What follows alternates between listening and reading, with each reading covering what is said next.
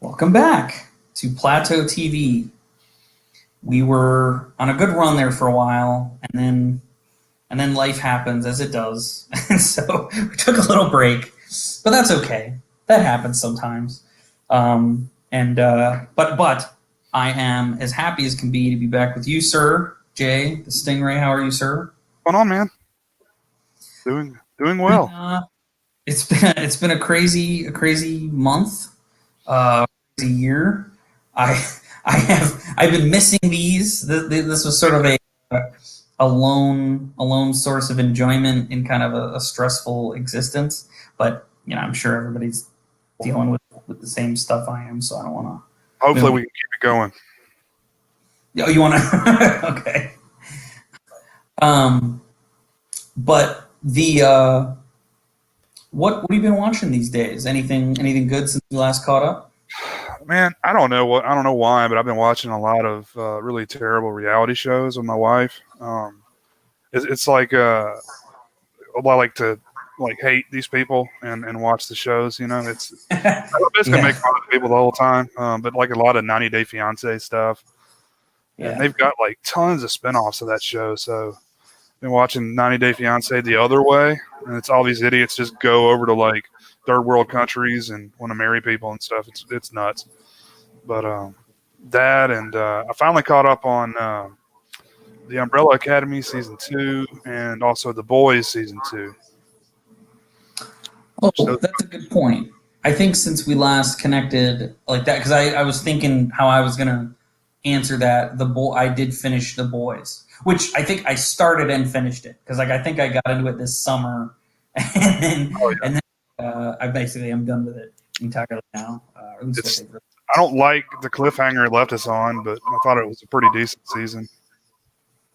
It's funny because the guy who makes who's like the executive producer, I'm not sure if he's exactly the showrunner, but he's definitely like one of the leadership like creative dudes of The Boys is Eric Kripke, and he is the guy who created Supernatural, which in like a week or two will end after 15 seasons. But he also did a show, I think, with Sean Ryan, who created The Shield for NBC called Timeless. So he's got some good like TV pedigree. But the reason I mention it is that like if you've ever been a fan of Supernatural, I don't know if you ever watched that show from the WB and it was on CBS. I've got the first season. I think that's as far as I ever got. I bought it on Blu-ray. I think that's all I've seen. I had no idea.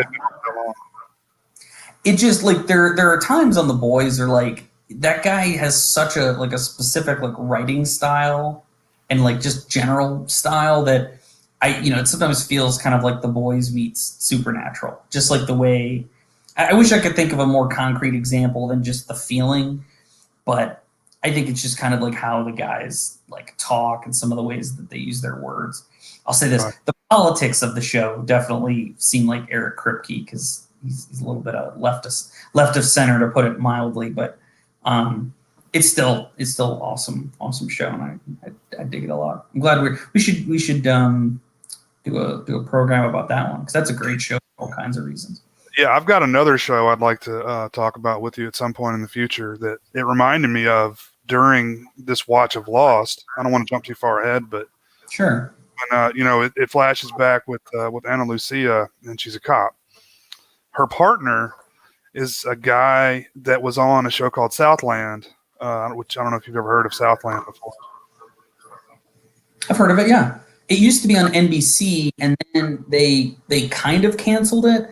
But I think they also owned TNT, or they had some in with TNT, and so like TNT ran it for a few seasons, right? Isn't that how that? Yeah, I believe you're right. It went maybe 3 seasons, so that's probably exactly right.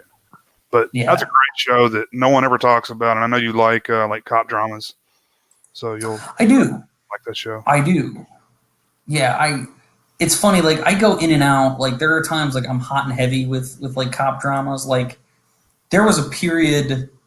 It might have been earlier this year. Again, this year feels like an eternity, so I can't remember if it was earlier this year or some point the previous year. I don't know, but the We Network, which I think We stands for Women's Entertainment, but I think it's just the branding now. We they I think they're the only ones who have reruns of the original Law and Order, and so we would we were kind of like watching our way all the way through that, like right from the beginning, like before like Jack McCoy shows up, before Lenny shows up, and I had never seen them kind of like in order before, and so we were doing that for a while and had them saved on like the DVR.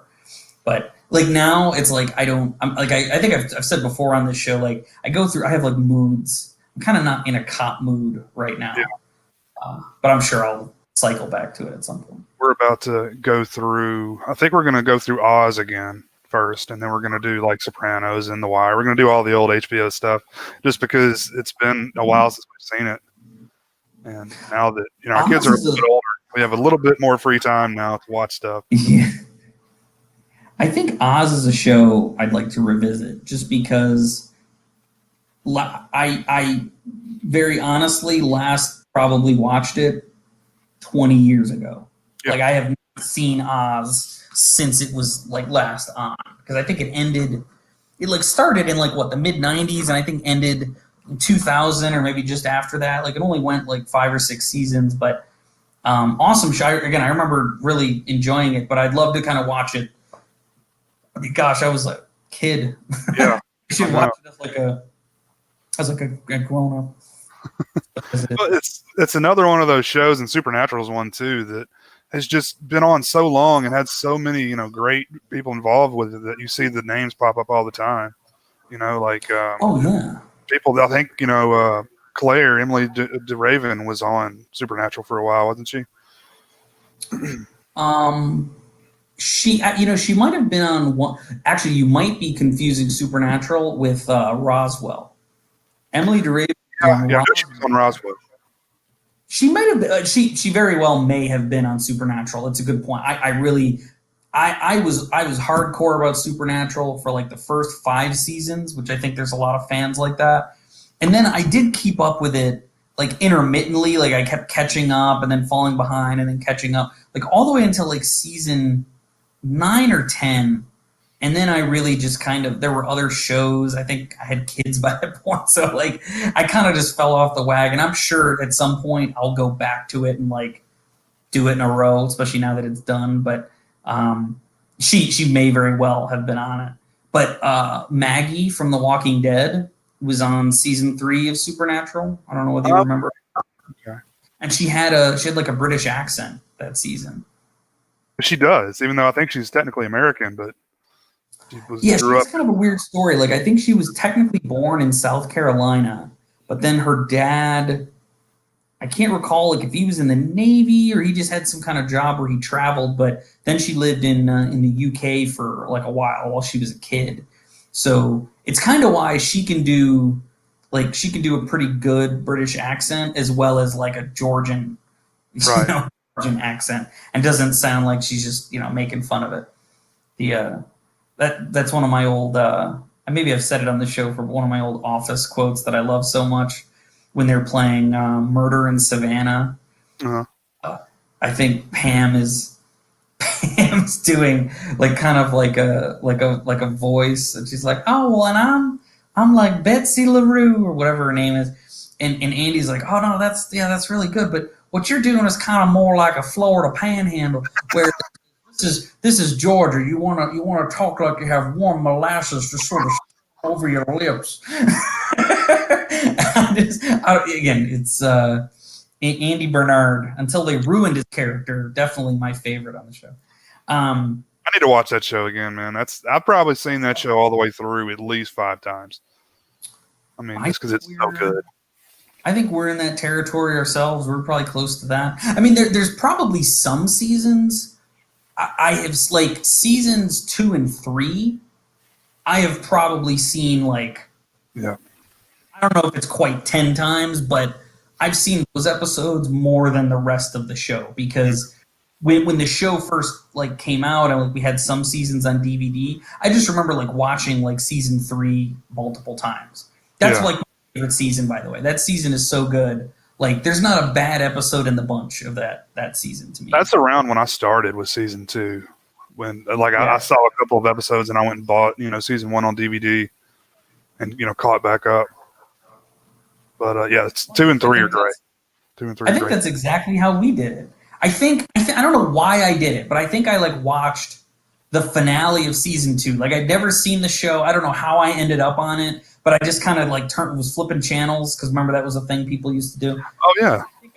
I think I landed on it, and I remember sort of liking it, and then I back and looked at like some of the old like E-Online articles and reviews of the show, and I just kind of started getting into it, and then I bought like the DVDs for like seasons 1 and 2, and just I was like, holy crap, man, why haven't I been watching this show? And so yeah, season 3, pretty much until it was over, I was yeah, I was buying episodes like on Amazon when we didn't have cable.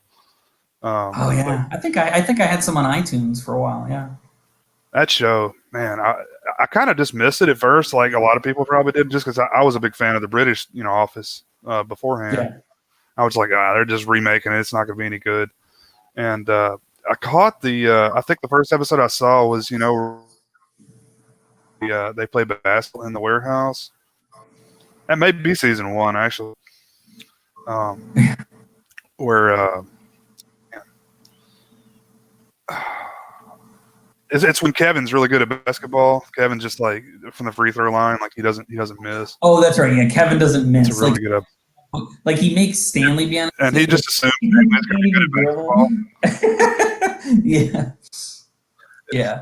See, subtle stuff like that, subtle racist jokes. I mean, come on, man.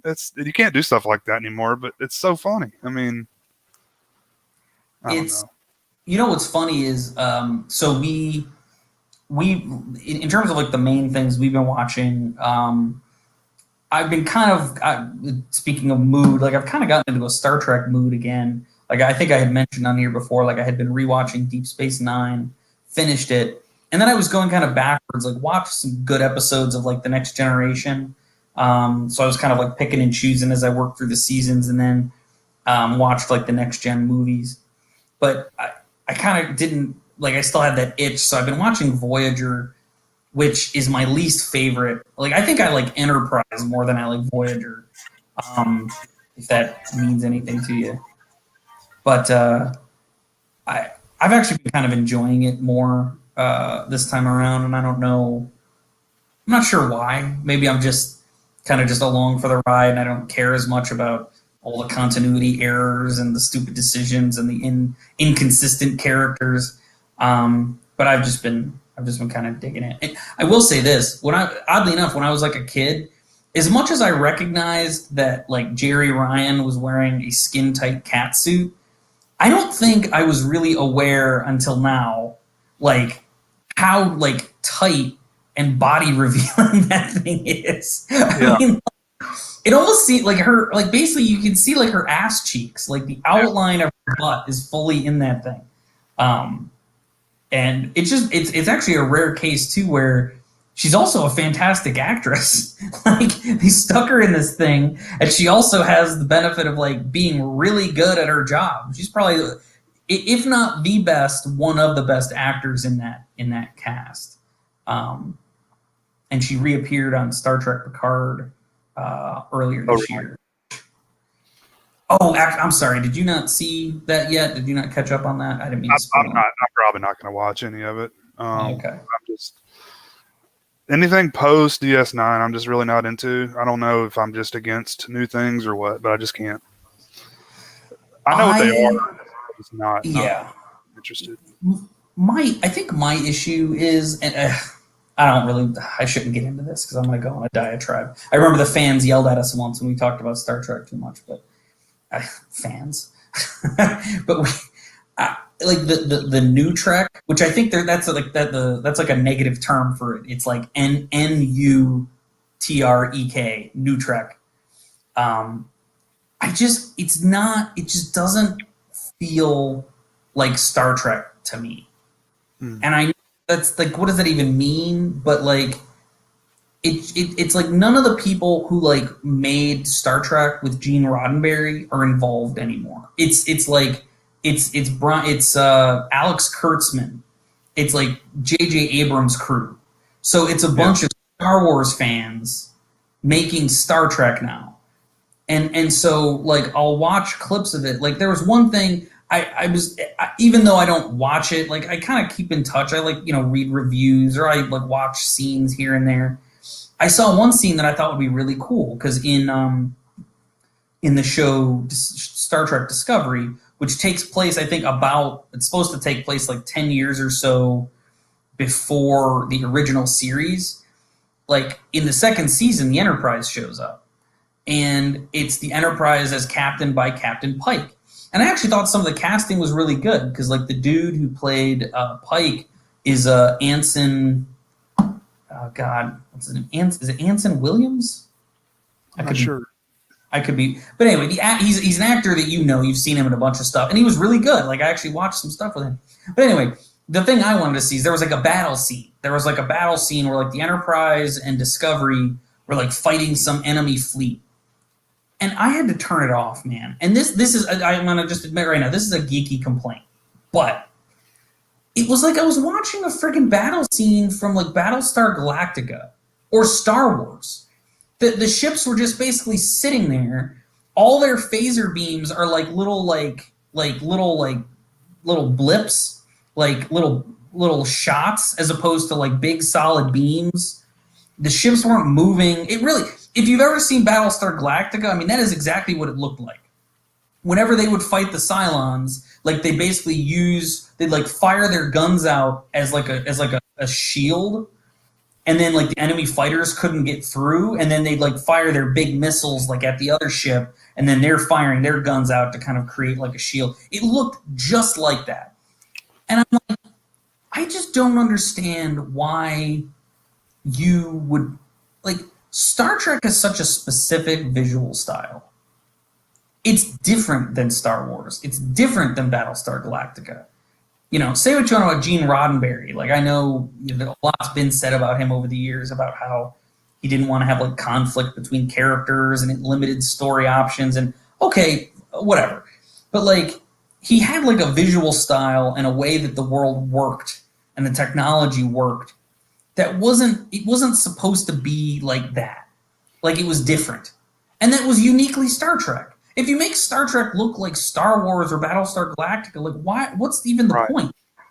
So that just annoyed me. And whenever I've watched stuff ever since then, it's kind of the same thing. That exact reason is why I haven't watched the newer J.J. Abrams Star Trek films, because I'm just afraid they're going to be just like some big budget, I don't know, just something that Star Trek's not. A lot of people that don't like Star Trek, what do they say about it? They say it's boring, right? So but that's what makes Star Trek is a lot of the nerdy stuff. Well, Star Trek is philosophical. Like Star Trek is explore. And first of all, so I say that Deep Space Nine is my favorite show, and Deep Space Nine is basically about a giant war. Like, I mean, again, it's about more than that, but. There's a big war with the Dominion is like the centerpiece of that show. There's a ton of action in Deep Space Nine, but Star Trek is contemplative. It's scientific. It's philosophical. Like people are wrestling with like ethical issues, and I like that's not like Star Wars. Star Wars isn't even like Star Wars isn't science fiction. It's a fantasy, and that's by the way. I like Star Wars. But Star Wars is Star Wars, and I like that for that reason, and I like Star Trek for other reasons. And it's just, I don't know, it irks me. It's just one of the other things that's irking me these days. And I hate being like that crusty old fan that acts like he doesn't like anything, because that's not the way I want to be. Without naming names, I've complained about, I've complained about that point of view before, about the hating everything. Like I try not to do that, but there are just some things I think it's important that they maintain like something of like what they were. And Star Trek is something that falls in that category for me. Like Star Trek is about something. And when you take away certain elements of it, I think it stops being Star Trek. So I don't know. Yeah, I can't tell you how many late nights we had when I was in high school. We were up drinking, having philosophical talks about Star Trek. There's an old friend of mine. I used to bitch and moan constantly about So if you never watched Voyager, then maybe this won't mean anything to you. But on Voyager, kind of the central like conceit of that show is they're a starship that gets like flung across the galaxy. So the idea behind the show is like think of all those episodes of Star Trek, like either the original Star Trek, or this happened on the Next Generation a bunch of times too, where like in an episode something happened, an anomaly or cube or whatever, the ship got like flung to some faraway place, and then at the end of the episode, they figured out they did whatever they had to do, and then they came back.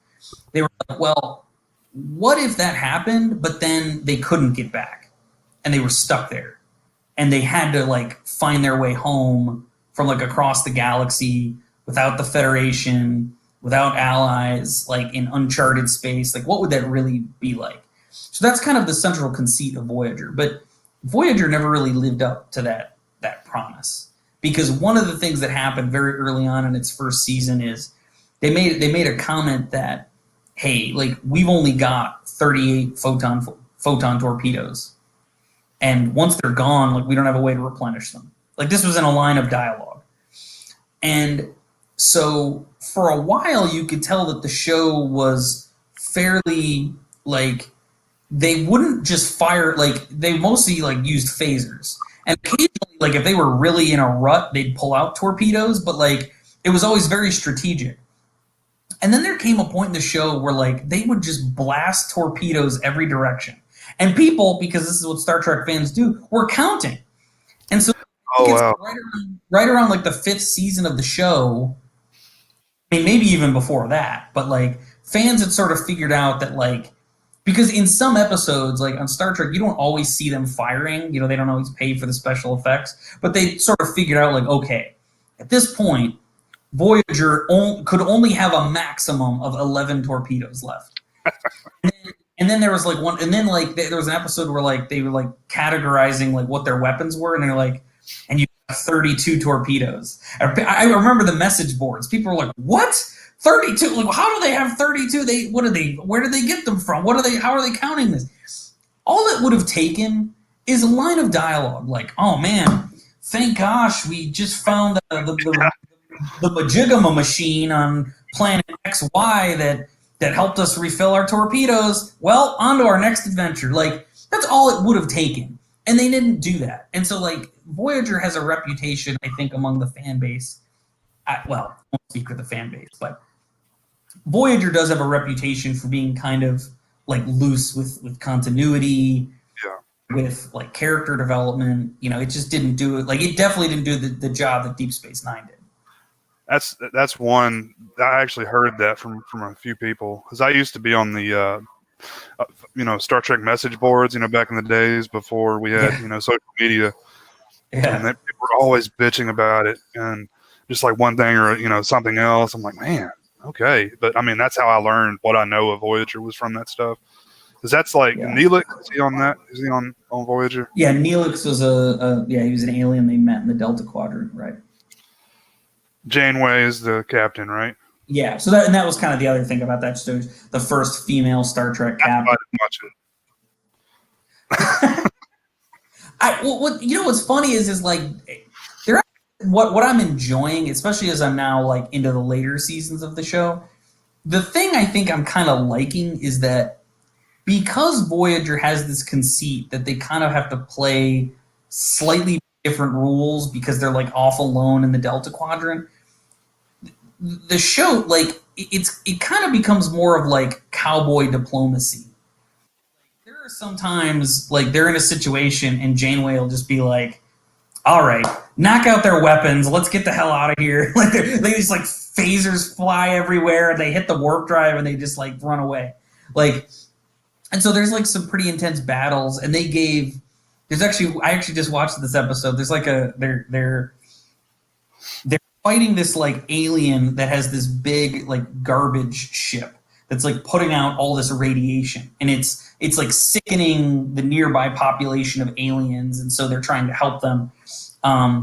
And like they gave Janeway like some great like action hero lines, because they basically were like lining up to like blow the ship up and then like escape through like this tunnel, and Janeway goes, "It's time to take out the garbage." Oh wow. blast this thing with torpedoes and it blows up, and it's like a big like hero shot of like the ship like shooting through the tunnel. That was okay. Like I thought that was all right, or at least I could sort of enjoy it for entertainment reasons. Like it's just kind of interesting, but it's garbage day. Yes, and there's just other stuff like that, but I don't know. I guess there are things about the premise of that show that I just like they could have. One of the Ronald D. Moore, who was like a big time writer on The Next Generation. He wrote Star Trek Generations and Star Trek First Contact. He also was one of the major writing figures on Deep Space Nine. So I mean, this guy, he's one of the creators of the reboot of Battlestar Galactica, by the way. So this is a guy who, he's got some geek cred for sure. I think when Deep Space Nine ended, like he had just been in Star Trek so long, he was kind of like, yeah, I'll go work on Voyager. And he went over there, but he was only there for like a couple of episodes and he had to leave. And he was just kind of like, well, he had a number of problems, but his problems are sort of like, I don't really understand these characters. Like, what's their arc? And like the other writers in the room would just be like, oh, whatever. We just kind of, whatever seems to make sense for the story. Like they didn't care. Like they didn't really have it kind of mapped out. They weren't thinking about like where these characters were going or what was important to them. It was just sort of like whatever served the story in any particular episode is like what they would do. And it drove him bananas. But he also said like, he's like, I don't understand. Like the concept of the show is so genius. Like by the time Voyager gets home, like Voyager should be like missing one of its nacelles and like have holes in the hull and really like limping. It's like they feel the weight of the fact they've been gone and they haven't had repair facilities. When Voyager gets home at the end, spoiler alert, like they're better than they were when they left. Like they've actually got some cool new shit on the ship, and it's just I kind of understood what he meant. Like it's sort of silly that they never really mined the premise like the way that they could. Yeah, I mean it's an interesting premise, but like you said, they didn't really the payoff really wasn't there, I guess. Yeah. Well, that's just the thing is like, well, Voyager, it's like there are good episodes of Voyager. Like there's actually some pretty poignant ones that are, they're pretty good like Star Trek stories, but I just say the show overall didn't live up to what it really could have been. But Voyager's actually a really good segue, Jay, because it's about people lost, alone, out in a distant place. We don't know where they are. And that brings us back. Oh, Lost? Are we talking about Lost today? Damn, I knew I should have watched something. Yeah, I should have watched something. Yes. To remind folks when we last left off, the next 6 episodes we were going to watch are The Other 48 Days, Collision, What Kate Did, The 23rd Psalm, The Hunting Party, and Fire Plus Water. And I was really excited, Jay, for this bundle of episodes because there are some pretty seismic developments in these episodes, or at least some big things. Like we're kind of getting to some neat territory here with the show, where we're starting to grow the world a little bit, learning a little bit more about the island and about some of the people. So like, I was excited to hear what you had to think about these. Before we dive in, kind of episode by episode, what was do you have kind of a general impression? Did you enjoy this bundle of episodes? Anything frustrate you? Anything kind of delight you? I did really enjoy them. They were great episodes. It started off with, I felt like a pretty big slap in the face with the other 48. Is it the other 48 days? Yeah, that was the first one. Yeah, that's like, okay, Shannon gets shot at the end of the previous episode, and we go straight into the flashback. Come on, man, give me a break. So now that you've seen them, but way back when we were in the first season of Lost, I alluded to something that annoyed me, and I do think it annoyed a segment of the fans. In this season, the writers became sort of enamored with this like multiple perspective storytelling. So like the first 3 episodes of the season is like, okay, we're going into Hatch. This is what happened to Jack. And then, okay, episode 2. Where are Sawyer and Michael? Okay, let's see what was going on with them. Oh, but remember Locke and Kate were in the Hatch? What did they see? Like, what was their perspective? So, like, by the time you get to episode 3, like, you feel like you've gone any further because you do those events again at the beginning of episode 3, and then finally you get to move forward in the storytelling. They did kind of the same thing with what we now know is Shannon's death. She gets shot, abandoned, and then, like you say, we skip that. We kind of jump back to a flashback of the tail section, which ends again with shot. Yeah. And then when we start Collision, Shannon gets shot again. So it's sort of like, I just remember, because I watched it live, you just sort of felt like, God, can we just like move forward, right? Like, this is maybe an easier experience for you, although you took a pretty big gap there before we had a big gap before we continued, but you just feel like, can you move forward? Like, I'm tired of just like seeing Shannon die again and again and again. So sorry, I didn't mean I didn't know that she died. I thought surely she's going to live through this, because we've seen a lot of people get shot and live in this show. Yeah. But, I didn't know. I knew Boone was going to die because I had messed up and I looked at the number of episodes he was in. I didn't make that mistake with Shannon, so I didn't know. Yeah. I didn't know she was actually dead. Yeah. That's what I was been waiting on this whole time, and they give me this crap. Well, the thing that kind of kept me, I didn't, watching it live, or my interpretation of it when I was kind of first watching these, is I was so excited because I had been kind of reading, like, I knew this episode was coming. Like, I think, what was it called? Dark UFO? Shout out to an old lost site. I don't think it's around anymore. I think it's called like Spoiler Zone or something, but they used to come up with like lost spoilers, or like would kind of like have some advanced information. So I just knew that when the title of this episode was announced, The Other 48 Days, I was like, oh man, we're gonna finally find out what happened to the tail section people. So I was jazzed about that. Plus, one of the notes I wanted to make about The Other 48 Days is that this was the first episode in the series that ran long. Now, you probably didn't really notice it just because you're watching it on like Hulu or whatever, but this episode was 5 minutes longer than the average episode. So like Lost episodes are normally, I think they're like 41, 42 minutes-ish, something like that. Got to have those 18 minutes of commercials, right, Jay? Yeah, man, look at that.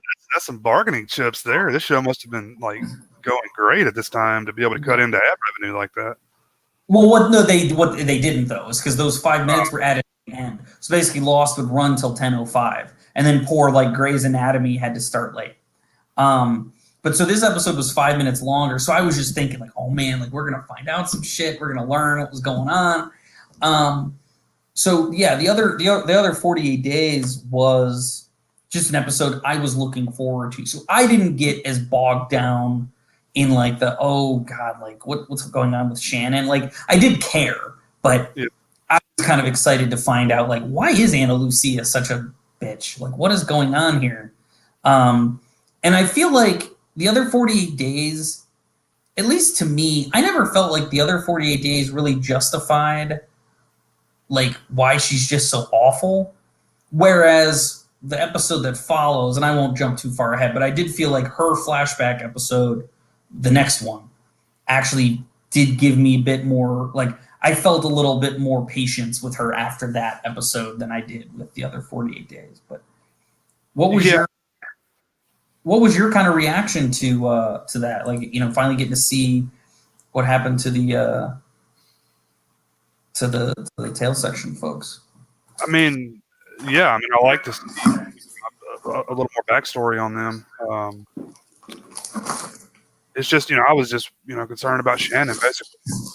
Not that I particularly like her character or anything, I was just, what happened here? We were expecting to see Walt or something. Right. I don't know. I just feel like it's. I don't know. I guess it had to be done, but I kind of wanted answers on the other part, initially. But I mean, we're really getting into these characters, man. It's something I was going to mention to you. Was like we're really getting to where a lot of these characters are, kind of unlikable, because I mean, we find out that Ana Lucia and Kate both are murderers. Yeah. I mean, maybe justified, however you want to look at it, but in the eyes of the law, a murderer. And a lot of the stuff that other people have done in their life before, like, man, I lost a lot of respect for Charlie in this thing. Like, I know we'll get there, but man, it's just some of these characters, it's just rubbing me the wrong way these days. It's tough because I think you're right. Like, for one thing that you may not be, I think we can talk about it now, because like those first 8 episodes of the season are kind of really where it manifests. But like the fans hated Ana Lucia. They hated her. Like, she was not coming off well. And just to be clear, you can hear me good, right, Jay? Yeah, you're good. She was not coming off well at all. People just thought she was like, well, and because, I mean, you have to think about it too. Like, she's beating the shit out of Sawyer. And yeah, Sawyer's an asshole, but like, he's our asshole. Like, we're with Sawyer now. Like, he's on our side. She killed Shannon. I mean, yeah. And as understandable as like the confusion of that scene is, it's not like she did it and was like, oh my God, I'm sorry. It's like she did it and then continued being batshit crazy. Right. So, and I mean, we're talking about someone who's trained to use firearms and trained, like, you don't just blatantly fire into the brush, for no reason, That's something I didn't think. Well, she saw. I'm willing to give her a mulligan on that. Not that I'm excusing killing Shannon, but I just mean that she's like, she feels terrorized by the others, and there's all of a sudden a shape coming out of the brush at her. She thinks like, I've got one bullet. This is my chance. I can get one of them, kind of a thing. Like, I mean, again, like you say, you're never supposed to pull the trigger unless you know what you're shooting at. I think she felt like she did, but clearly, we're arguing semantics here, but it's sure. So I mean, let's talk about this one a little bit. So kind of as I was kind of mapping out. Oh, hold on a second. You're gonna give us a second. I haven't forgotten about the old Lost complete series set. So this episode, the other 48 days. A tranquil tropical day is shattered when the tail section of Oceanic Flight 815 crashes into the water. The 23 survivors, 23, Jay, the 23 survivors from the tail section endure attacks by the others that lead to paranoia and infighting. After finding Jin, Michael, and Sawyer on the beach, the tailies trek through the jungle to their fateful encounter with Shannon. Well, that bit is really like that's tacked on at the end, but so the 23. Do I need to make note of that number, or is that like a nod? That's one of the numbers. Remember, 4, 8. Oh, one of the 16, numbers in the 16, 23, 42. So that's why it's noted. Because remember, there were 48 survivors. 48's not, but 4 and 8 are numbers, and then 23 is one of the numbers too. So it's just something to note as far as the numerology there. But yeah, so this episode was the first episode that ran longer, and this happened a number of times throughout the series run. And in fact, I think one of the other episodes you watched was longer too. I think I made a note of it. I don't remember offhand, but it's just by the way, that like the series finale of the show was an extended episode, like extended by a lot. Like the Lost ended with like a 2.5 hour finale, which is like unheard of in TV. But there's a few things like the story of this episode is relatively straightforward. I mean, it's like they crash land we kind of see from their perspective that they land on a more desolate beach than where our people landed. Like there's not really a lot of food, there's not really a lot of shelter. And then on top of that, the others appear in the jungle like on their first night and just start yanking people out. You know, people are sleeping and they're getting dragged into the woods. Except for old Mr. Echo, who like beats two guys to death. Which I can't remember if that was on the first night or the next night they came, but we learn a little bit about our old pal Adebisi in this episode. I think it was the next night. Yeah, I think it was too. Yeah, he like beats rock, doesn't he? Yeah, I think he like smashes their heads, or maybe Ana Lucia does that or something. But yeah, so the others do not all get away unscathed here, but they had a list, and so in terms of mysteries for this episode, there weren't like a ton of really juicy mysteries, not ones that like we weren't already wondering about, like who are the others, and that like again that's an obvious one that we already had, but. What does the list mean? Like, how did they get that list? Right. You know, what does it mean to be on it? Like, we know it's to take people, but like, why those people versus other people? Like, what is that all about? And also, well, I don't want to jump too far ahead, so I'll get to that later. But like, so that those are some of the first things that kind of came out in the episode, but. What was your this is your first watch through of this? I mean, like, how are you reacting to some of this stuff as it was happening live? I mean, the only thing I can think of about the list is like, you know, they had a spy, right? So the spy had to have been feeding them this information. That's all I can come up with. Like, yeah. And then Ethan, we don't know 100% that Ethan was from the others, but he was definitely a spy. And because the others know a lot about the survivors, like they know their names. They apparently know how many guns they have in their pockets. They know a lot of. I mean, they know a lot of stuff they shouldn't know. Just to these people that should be strangers to them. Yeah, I would just for clarity's sake, because I said I didn't want to spoil you on things. I don't think this is a spoiler. I think it's more of a clarification. I would make the logical assumption that Ethan was a dude who pretended to be one of the survivors and infiltrated their camp. Goodwin was a guy who infiltrated the survivors and pretended to be one of their camp. I think you would be safe to assume they come from the same group. It's kind of what I figured, but yeah. You know, we had Danielle out there on her own. I don't know what's going on with her. So yeah, Russo's kind of a wild card, but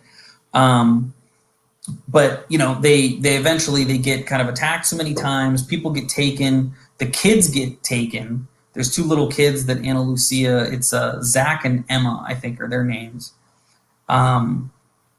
They get taken, and Ana Lucia kills one of the others herself while trying to save the kids. And eventually they make the decision like, hey, we're just staying on the beach. Like, we can't just stay here to keep the signal fire. Like, none of us will be here. Like, whoever these people are, they keep taking us. We got to go hide or do something. And so, you know, they're trekking through the jungle. They're trying to find like a safe place to be. And Ana Lucia starts to suspect one of the survivors. Forget the guy's name. Nathan. Look, it's real Nathan. Yeah, I would say it's a real kind of shit-eating name. No, I'm just being shitty. Man, Nathan gets a bad rap, man. Yeah, like Nathan was just being kind of a dick, and Ana Lucia starts to suspect that he is like he's a spy. He's the guy who's like feeding them information. So she like digs a hole and throws him in it, and she's trying to get him to give up like who the others are, like why are they attacking them, where are the kids, and meanwhile Ana Lucia has been kind of, you know, nurturing this kind of close relationship with one of the other survivors, a guy named Goodwin, played by the professional quarterback of the Washington. What were they called? He was from that movie, The Replacements. He's been in all kinds of stuff. You remember that movie, The Replacements, with Keanu Reeves? Yeah. Goodwin was the actual quarterback of the team, the one that like Keanu Reeves was like scabbing for. But he's been in a bunch of other stuff. Goodwin was also on Friday Night Lights. He played Tim Riggins' dad, and but again, he was on an episode of Justified, as a matter of fact. In the first season, he was the guy who was like working with the lady who like murdered her husband, who had all the Hitler paintings. Oh yeah. Remember that one? Yeah. So he's an actor that goes back. Like he's just one of those character actors that's been in a lot of stuff. So I always like seeing him. But anyway, he and Ana Lucia seem to be kind of striking up a relationship. He seems kind of even tempered, trying to keep her cool. But surprise, Goodwin shows up and breaks Nathan's neck because he's the spy. So that's interesting. Somehow it was never really clear to me how Ana Lucia figured out that it was Goodwin, but she, like, part of the mystery that we get, like, there's another mystery that's kind of solved in this episode. In an earlier episode, remember, we saw a body on a like an impaled body on a hillside that Mr. Echo told Jin was Goodwin. And so our question, who's Goodwin and what happened to him? Well, we learned in this episode who Goodwin was. He was an other who infiltrated their camp. And what happened to him is Ana Lucia impaled him with a giant stick. But as far as mysteries, when they sit down to have a conversation, Goodwin says some things which are, I think, maybe interesting for us to think about. And I actually wonder what you thought as they were having that conversation. But, you know, Ana Lucia asks him, you know, why do you think these people are attacking us? And Goodwin says, you know, maybe they're not attacking us, which is sort of an odd thing to say when people are kidnapping you out of the woods, but interesting. Well, Goodwin and Ana Lucia quickly kind of clear up that they each know that the other one knows what's going on here. And so she confronts him about, you know, what happened to Nathan. And Goodwin basically admits to killing him and then says that he wasn't a good person. And that's why he wasn't on the list. Well, that begs quite, like, what is that? What do you mean a good person? Is it just because he was a dick? Is there something else going on there? Do we know who all was on the list? Did they say who all was on the list? I think everybody that was on their lists or everybody who was taken. Because remember, they pulled it out of the pocket of one of the dead others. But I forget the guy's name. The other that had infiltrated that Ana Lucia killed. He was not on that list. Because I think that's one of the things they said when they were having that conversation. Is she said, "Well, you weren't on it," because he was like, maybe it's like level of importance or level of, maybe it was with Echo. It was the strongest. He's like, hey, they took the strongest of us or something like that, and that was sort of the working theory. But yeah, no, it's true. But it's funny when Ana Lucia asks where the kids are, Goodwin says they're in a better place now, which is a creepy. See, so I mean, initially, I think, you know, I just thought they were cannibals, right? I mean, I think that's probably what they intend on you to think. So obviously, they're not killing these people. So what the hell are they doing? Just taking random people and just adding them to their crew? I mean, what the hell? It's a pretty big question, but. And I also wonder if some of the others are from the Dharma Initiative project, because those people had to go somewhere, right? I mean, where's the guy that Jack knew from running up and down the stadium stairs? You know, where Desmond? Is that? Yeah, where did Desmond end up? No, that's true. No, I mean it's a good, again, the Dharma Initiative seemed like it was a big deal. What happened to those people? Are they the others? Are they mixed up in the? I don't. It's all these kinds of questions are what's swirling right now. But I mean, this episode. So after that, they discover another station, which we already knew. We remember because we met them. We met all the other folks at the Arrow station from before, and it then kind of just fast forwards and shows us all the shit we already saw, and then again we see poor Shannon die again. But in terms of big moments in the episode, I don't know what you thought, but a few of the things I wrote down were, I thought the opening was pretty effective, just kind of the peaceful, serene shot, followed by kind of you almost think you didn't see it right, but like little bits of debris, and then all of a sudden the plane falls out of the sky. Like I thought that was pretty cool because we didn't see our people's part of the plane crash. We like, so it's just interesting to see like what happened there. Perspective. Yeah. And I thought that the abduction scenes were creepy as hell. Like I remember getting chills watching that like the first time. It's just kind of creepy, the lighting and the way that they're doing it. Mr. Echo kicking ass. Oh yeah, it's just that's a great sequence. He's my favorite character on Oz, by the way. So I love that actor. Yeah, Ottawale. I can never say his last name. But Ottawale is his first name. I'm not going to try to pronounce it.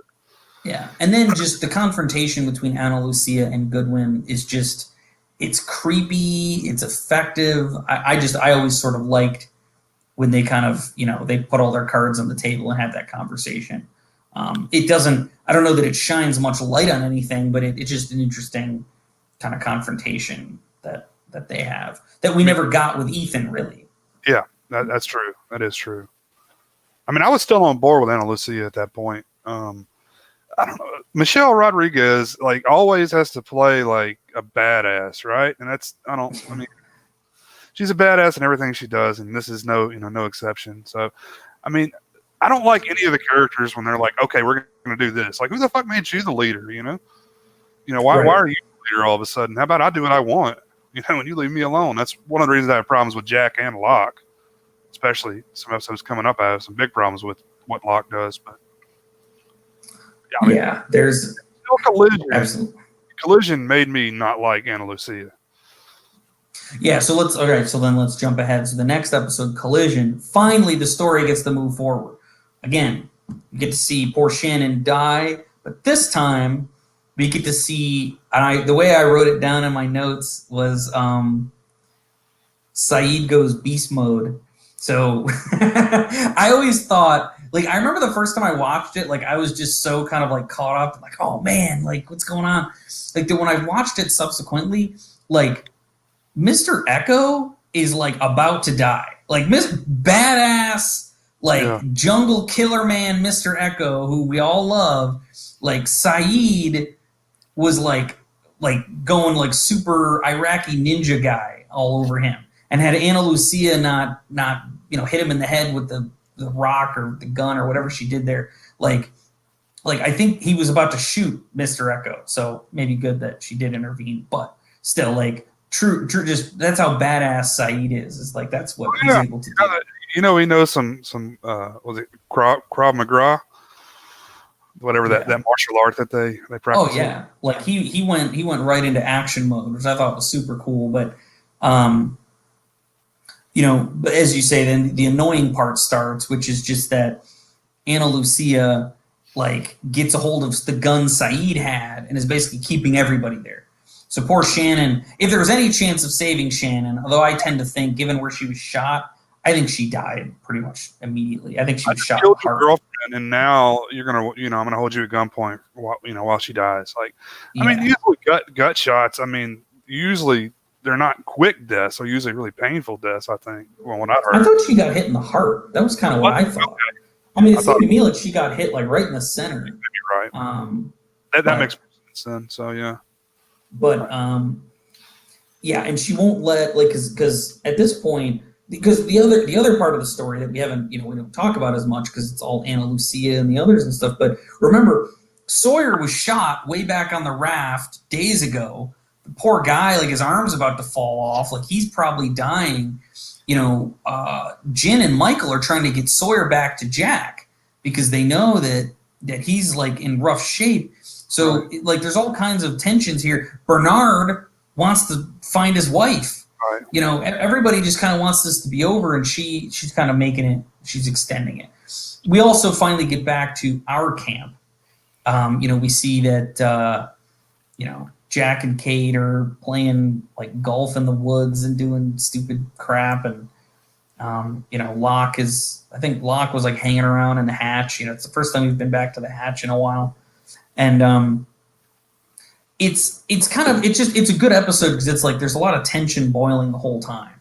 Mm-hmm. And I do like that Mr. Echo kind of shows himself to be kind of like a man of honor kind of a thing. Like, listen, like, you just killed this guy's girlfriend. This guy's dying. Like, I'm going to take him because that's what we have to do. And I appreciated that about his character. Well, and her line was, if it was the other way around, he would let you die. It's like, how do you know that?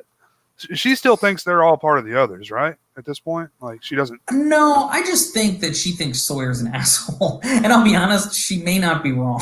I'm not sure at this stage if she'd be wrong about that. But even so, Mr. Echo's response to that is the right one, which is like, that doesn't matter. Like, I know what I'm. It's like, I know what I'm going to do, and that's to do this. I don't think Sawyer would let him die either. Yeah, maybe not, because he was trying to save Michael and he was trying to do other stuff. But I'm just saying, like, I think Ana Lucia clearly has she's all warped. But what I did want to talk about too, though, is let's not discount in this episode. So this episode's notable, and the previous episode I guess kind of counts as this, but this is the first one character centric flashback for someone who is not one of the original 14 cast members. So This is an Ana Lucia flashback, and it's the first time we've had a flashback for someone who wasn't in our original cast. So that's interesting. But what I was saying is that technically the other 48 days is kind of a group flashback for that whole segment of people. So maybe that's the first episode where that really counts. But just, again, a notable little factoid here. But it's in her flashback, we learn that Ana Lucia was a cop. We learned she had just been shot in the line of duty and was coming back. And the whole time she's like real, like, hinky. And we don't really know why, but she, her partner's trying to draw her out. They go on a call. Ana Lucia pulls her gun, freaks out. The guy has to, like, order her to drop her gun, going a little nuts. They seemingly find the guy who shot her, and she says it's not the guy. And at the end, what we discover... Oh, by the way, Ana Lucia works for her mom, who's played by Rachel Ticosin. I could be butchering her name, but great actress. She was in Man on Fire, and she's been in all kinds of other things. I've always liked her. It's just a great... Yeah, she's just a great character actress. She in Man on Fire, the Denzel Washington movie, which I guess is technically a remake of a Scott Glenn movie, but she played the reporter down in Mexico that Creasy's working with to kind of figure out, like, where the bad guys are and how to expose them and whatnot.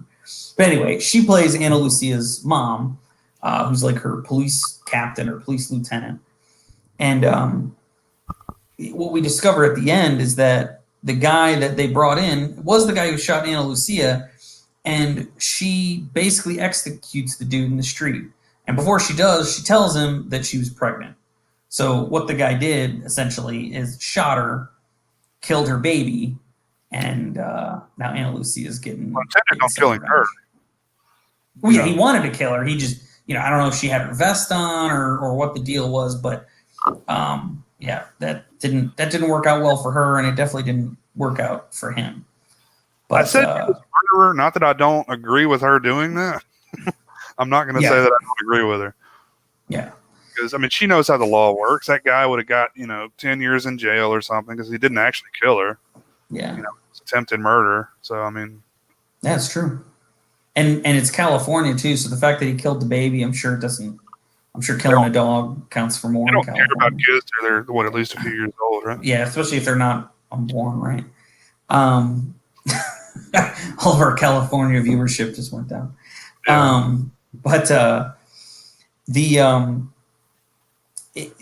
What essentially then on the island, Mr. Echo brings Sawyer to Jack. They take him to the hatch. Jack's taking care of Sawyer. Echo tries to explain what's going on.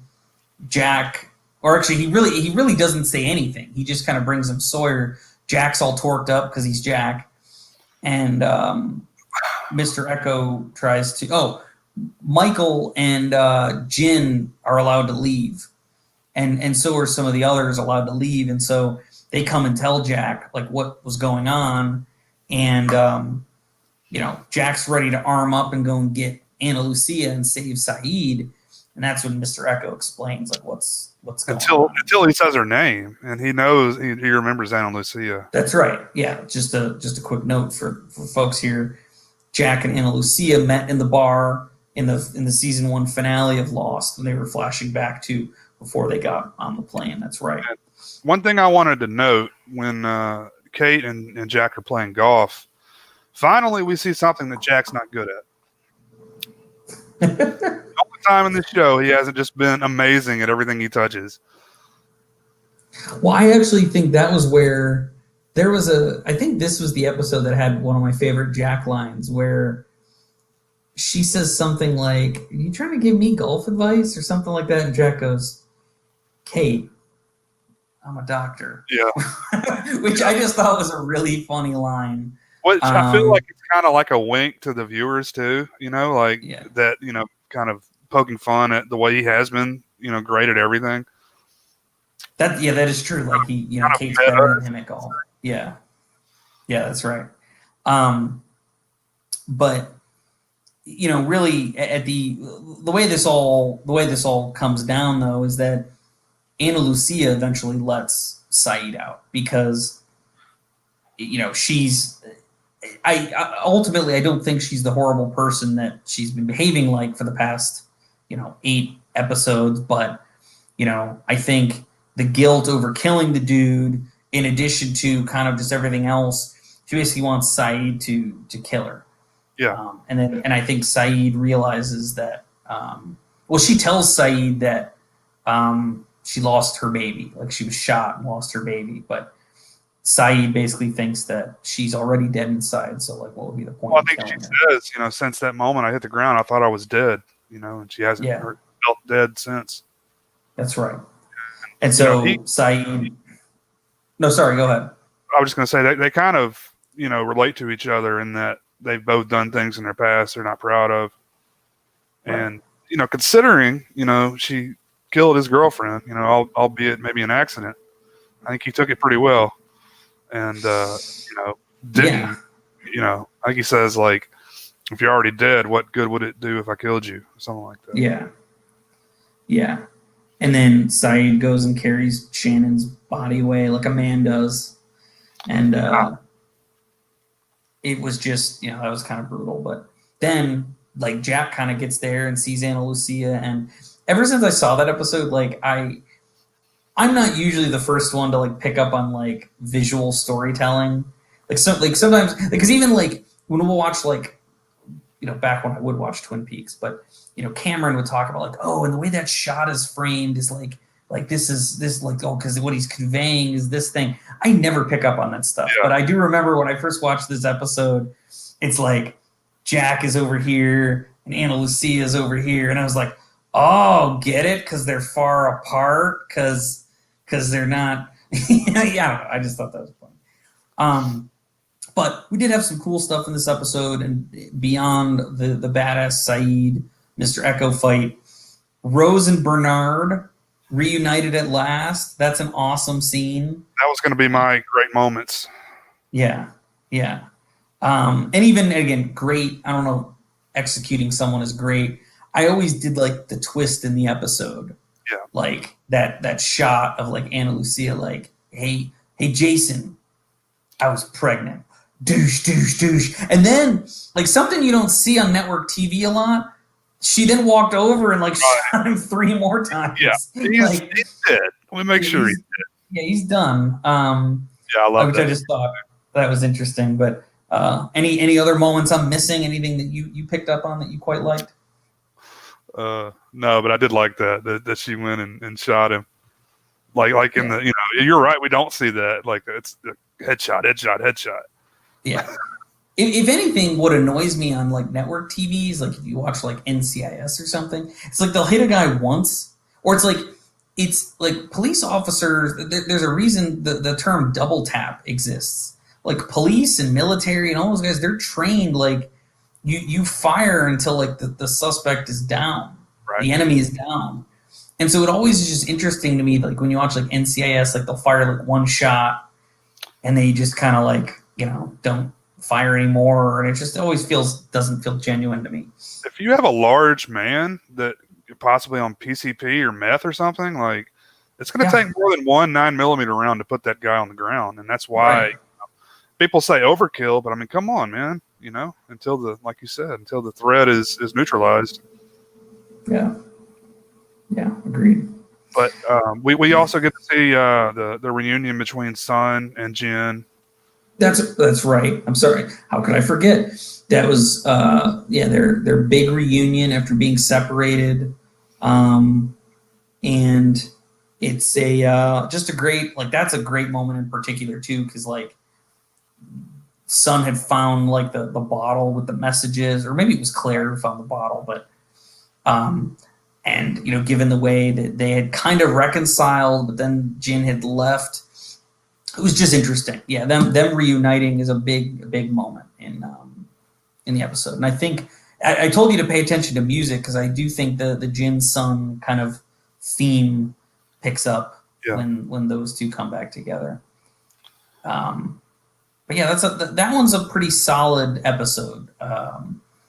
There was no big mystery. I guess the only mystery that I called out was more of kind of a simple character mystery, but why was Ana Lucia in Australia?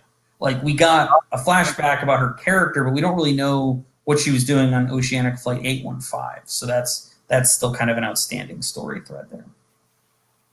I guess we'll find out. Yeah. Speaking of finding out things that we want to know, the next episode is called What Kate Did. And so this has been a mystery ever since, I guess technically the pilot, because that was when we found out she was the fugitive on the plane. We find out why that crazy ass U.S. Marshal has been chasing Kate all over the world. And I always felt like, even then, and definitely with just the passage of time, like, I don't know. It's so what Kate did, let's talk about it. Kate killed her stepdad, seemingly stepdad, and blew up the house with him in it. And but clearly he abused her and wanted to abuse her more. He had just broken her mom's wrist. And while I'm not saying that those things necessarily deserve the death penalty, it certainly doesn't seem like this was a nice guy. I guess, I don't know. It just sort of feels like the way that the marshal was after her. Like, I always just sort of felt like, that's it? Like, that's what she did? I guess I just wonder if, as Kate was on the run, remember we saw her doing some batshit crazy stuff, like robbing banks and getting into shootouts and car chases and stuff. Maybe that's really what, she kind of, it accelerated as she was on the run. But yeah. Her original crime, I actually just, and maybe I'm just a cynical guy, but I just didn't find it that it's jumped crazy around a lot. So this is the first thing she did that made her a criminal, and she was on the run. And then she accidentally killed her best friend from childhood later, and then I think the bank rob was later as well. So it's that was that what Kate did actually is another long episode. It had an extra 5 minutes as well. I also, there was something I found when I was doing my research to kind of just get caught up. I have never, and I have watched Lost many times now. So for me to find something I didn't know is always just a great thing, new discovery. But I actually want to go back and look for this. Apparently, before this episode, this is the first episode in which Locke and Jin exchange dialogue, or have a conversation, because Jin can't really talk back. But in no episode before this one did Locke and Jin speak. What did they say to each other? I don't even remember. I don't remember, but basically just there was a note that this was the first time that they really had any kind of on-screen talk. in the show's mythology, I'm sure they've probably spoken, but like on screen, they've never talked to one another. Yeah. Which is just interesting to see that. Well, the beginning of the episode, they make a note of showing Jin with his shirt off. Who? Oh yeah, Daniel Day Kim's a pretty ripped dude. Yeah. Every man on this show is ripped, man, except for Hurley, of course. Yeah, I always remember my poor wife. So I remember when we watched this. Probably I did it the first time, and I've always done it every time we watch it. But because it's that shot where he's like coming out of the tent with sun, like everybody on that beach knows what they were doing in there. That's why Hurley's like giving him the thumbs up. Oh, yeah. And I've always been like, hey, see, you know what they were doing in there, right? like really hard. But this episode has some nice like moments just from that. Apparently, there's a gym or some free weights or something around there somewhere that they've been. Oh yeah, they're like doing pull-ups on the tree branches or something. But kind of the core of this episode is yes, the big flashback is what did Kate actually do that first got her in trouble, that sent her on the run, and then in the island story, while she's trying to nurse Sawyer back to health, she thinks she's hearing her dead stepfather through Sawyer. And then on top of that, she seems to be seeing this black horse that like she sees it, and it's like something that she is registering familiarity with, like that she recognizes this horse, like because I remember when I was first watching it, I was sort of thinking like, wait a second, is it just that there's a horse on the island, or is there something else? And she definitely recognizes the horse from something else. When I first saw the horse, I just immediately thought, oh, Walt's reading a book about a horse, or Walt's That's what I first initially thought. And then, you come to find out she saw the horse when she stole the car and kicked the ranger out, or the marshal out. Right. So this horse is reappearing to her on the island. In some fashion, it's manifesting there. It's unclear what it means or what that, what is the horse. Because Sawyer sees it also at the end, so that's true. Like it's not just in her head. Yeah, Sawyer sees the horse. Yeah, so that's just a note. Like she's nursing Sawyer back to health. Sawyer's good enough to kind of walk at the end of this episode. Jack's getting him cleaned up, giving him some antibiotics, maybe hitting him with some heroin. Who knows?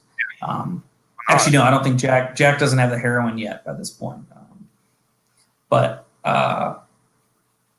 it's interesting though, because what we learn is there's sort of two things. We learn how Kate, what she did, but we then learn she figures out that her stepdad is not her stepdad. Her stepdad actually was her dad. That when her dad was like away on base in training or whatever it was, like her mom had an affair with this guy, and that's actually who her father is. And the closing scene of the flashback where Kate goes to see who she thinks of as her father. I guess he's not technically her father, but he's her father. I always thought that scene was very impactful. Like I don't know how. I don't know why. I think it's really the performance of her father, mostly because like that guy, he like very much looks like a Marine. Like he looks like a military dude, like square jawed.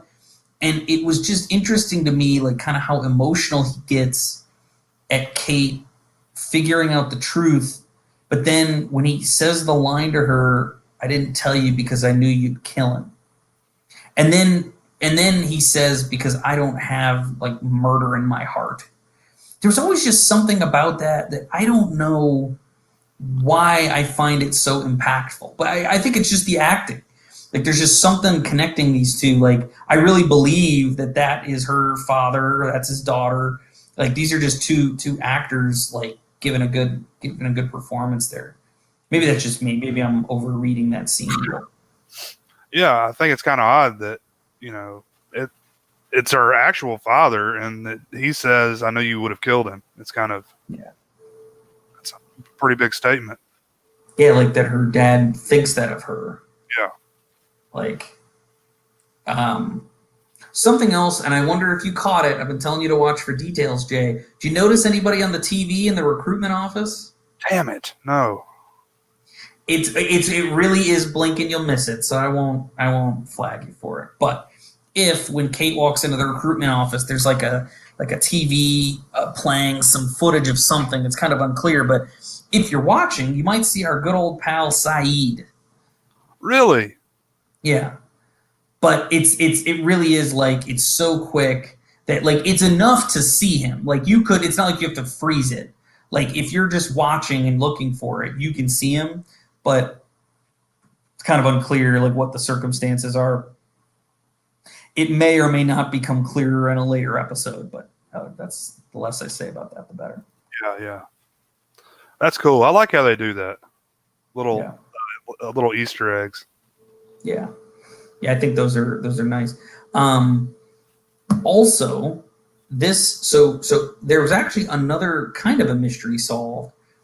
It looked like so the Dharma video was edited. The orientation video that we was seeing was edited, and so it was kind of a mystery. I think we called it out. Like, hey, what were the edits, or like what was going on there? And I think Desmond said, Radzinski made some edits or something like that. But we finally see that because Mr. Echo comes to meet John Locke. And let me just tell you, and that was another scene. I felt like I actually specifically wrote this in my note. Locke and Echo like meeting feels like two titans coming together. I was really excited for those two guys to come together. Mr. Echo, if you remember, we didn't talk about it when we were in the episodes. It's kind of a minor moment, but they find when they're in the Aero Station, the tail section survivors, like they find the Aero Station, they find a box, and there's really nothing in it except for a Bible and a glass eyeball. Well, Mr. Echo picked up the Bible and he flipped through it, but we didn't actually see what he saw, but he flipped through it. Well, when Locke shows Michael and Echo the orientation video, Mr. Echo goes back and gets the Bible. And he tells Locke a wonderful Bible story. And then he hands Locke the Bible and reveals that there is film in the Bible. Film of Mr. Marvin Candle himself. So they figure out that this is some missing footage from the orientation. So funny. Like he was telling the story of, was it Jonah? Whatever the Bible story. I think so. Something like that. I was like, this is metaphorical. Like, you're going to find the answer in here. You need to read this. Surely enough, you open it, there's physically real inside, There's not a real, but film in there. Yeah. Which I thought was really and then what the film showed when Locke taped it back into the film is just kind of a little snippet of Dr. Marvin Candle saying, don't use the computer in the hatch for anything other than entering the number. Don't use it to try and communicate with other stations on the island. That's not what it's for, and that if you do that, you might cause another incident, whatever the hell that was. And they all just go, oh, okay, great. The episode, those additional, and sure enough, this person says, after he answers, oh, this is Michael. The computer responds, Dad? And, reaction shot, Michael, what the F? Lost. Which is like, that's sort of like I used to hate like the credit lost because I always felt like it was slapping me in the face. I didn't have the next one queued up. I would hate it too. Yeah. Well, that's the thing. That's what you're lucky because you get to watch,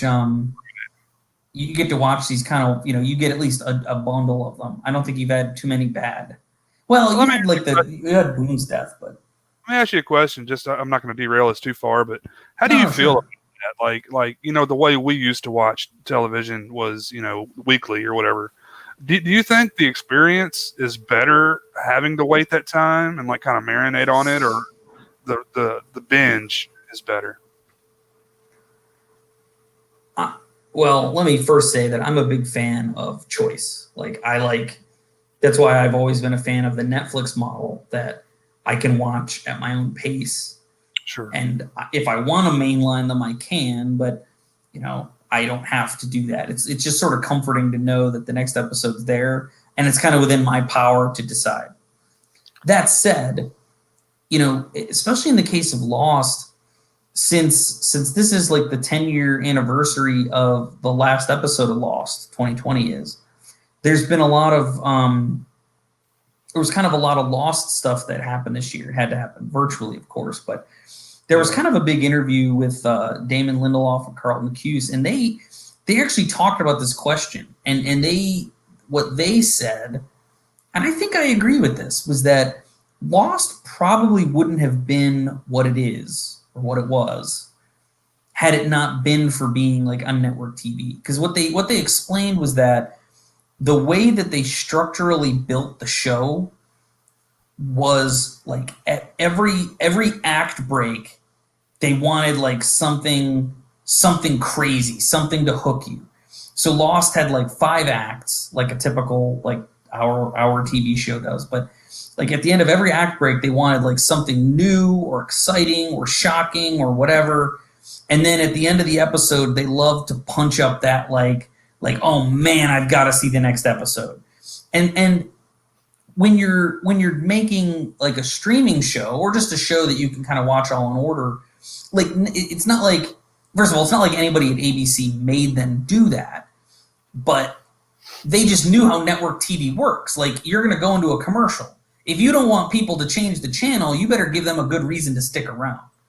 So if Lost had been made for like Netflix and they just had to, they could kind of write it however they wanted and lay it out however they wanted, I just don't know that it would have been like, I feel like part of the fun of Lost is that like punch you in the jaw, Lost.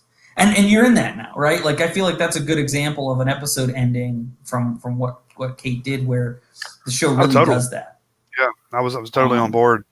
But again, I had it right here, ready to go. So if I had to, or like, especially when a season ends on a big cliffhanger like that, and you've got like 6 months or 9, however long until it comes back. You don't even know. That's what I got to say to you. You don't even know. You think The Hatch was bad? You just wait. I can't even imagine what's coming. Yeah, but it's a good question, and I mean, this is like a big question, like just that's happening in the culture. Because we were talking about The Boys earlier. Did you know, like the way they released season 2 is, I think the first 3 episodes came out, and after that it was weekly.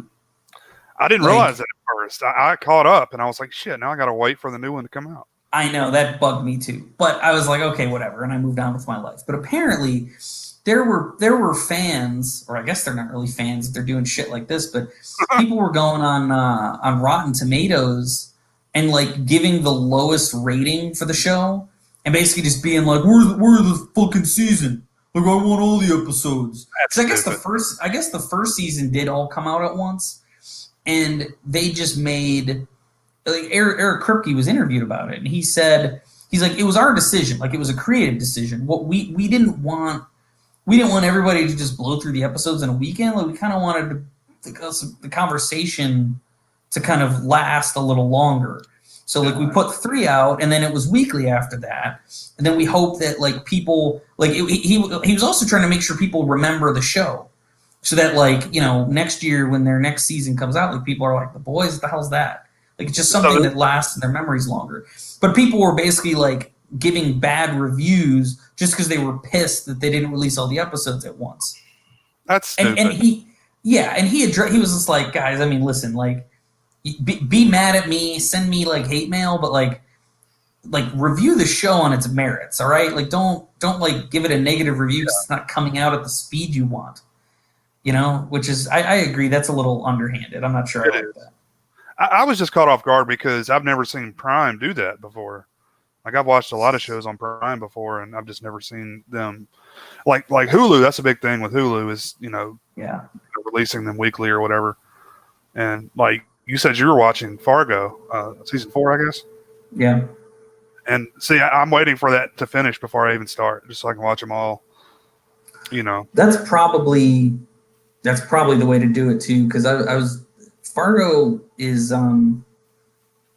I've been enjoying it, and like Fargo is always just like the Noah Hawley or whoever does that show. Like it's such a beautifully filmed show. The characters are entertaining, but I don't know, man. Season 1 and 2 of Fargo were so good, and I was disappointed by season 3. And I think I like season 4 a little bit better, but anyway, like it's a little bit of a slow burn, and so it's actually good if you're going to be able to watch them all like back to back to back. Yeah. That might keep you with it. I think if you had to wait, I'm not sure you'd come back. You forget or something, or find something else to watch. Like, because that's actually what happened to me and my wife. Like I think we watched like 3 or 4 of them, and then the next week when the next one came out, we were kind of doing something else, and I was just like, I don't really feel like I have to watch the next one right away, right?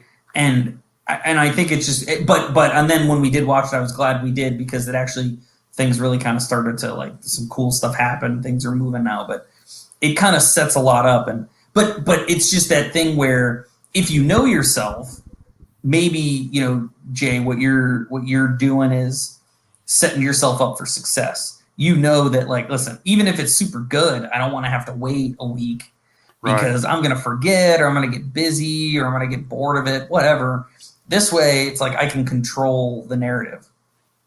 I can see both sides of it, you know, in that I can see why, I forget the guy's name, the Boys creator, why they wanted to do it like that, because it now things are like everyone is like, oh, the new Stranger Things hit, everyone watches it immediately and then talk about it for 2 weeks and then it's gone.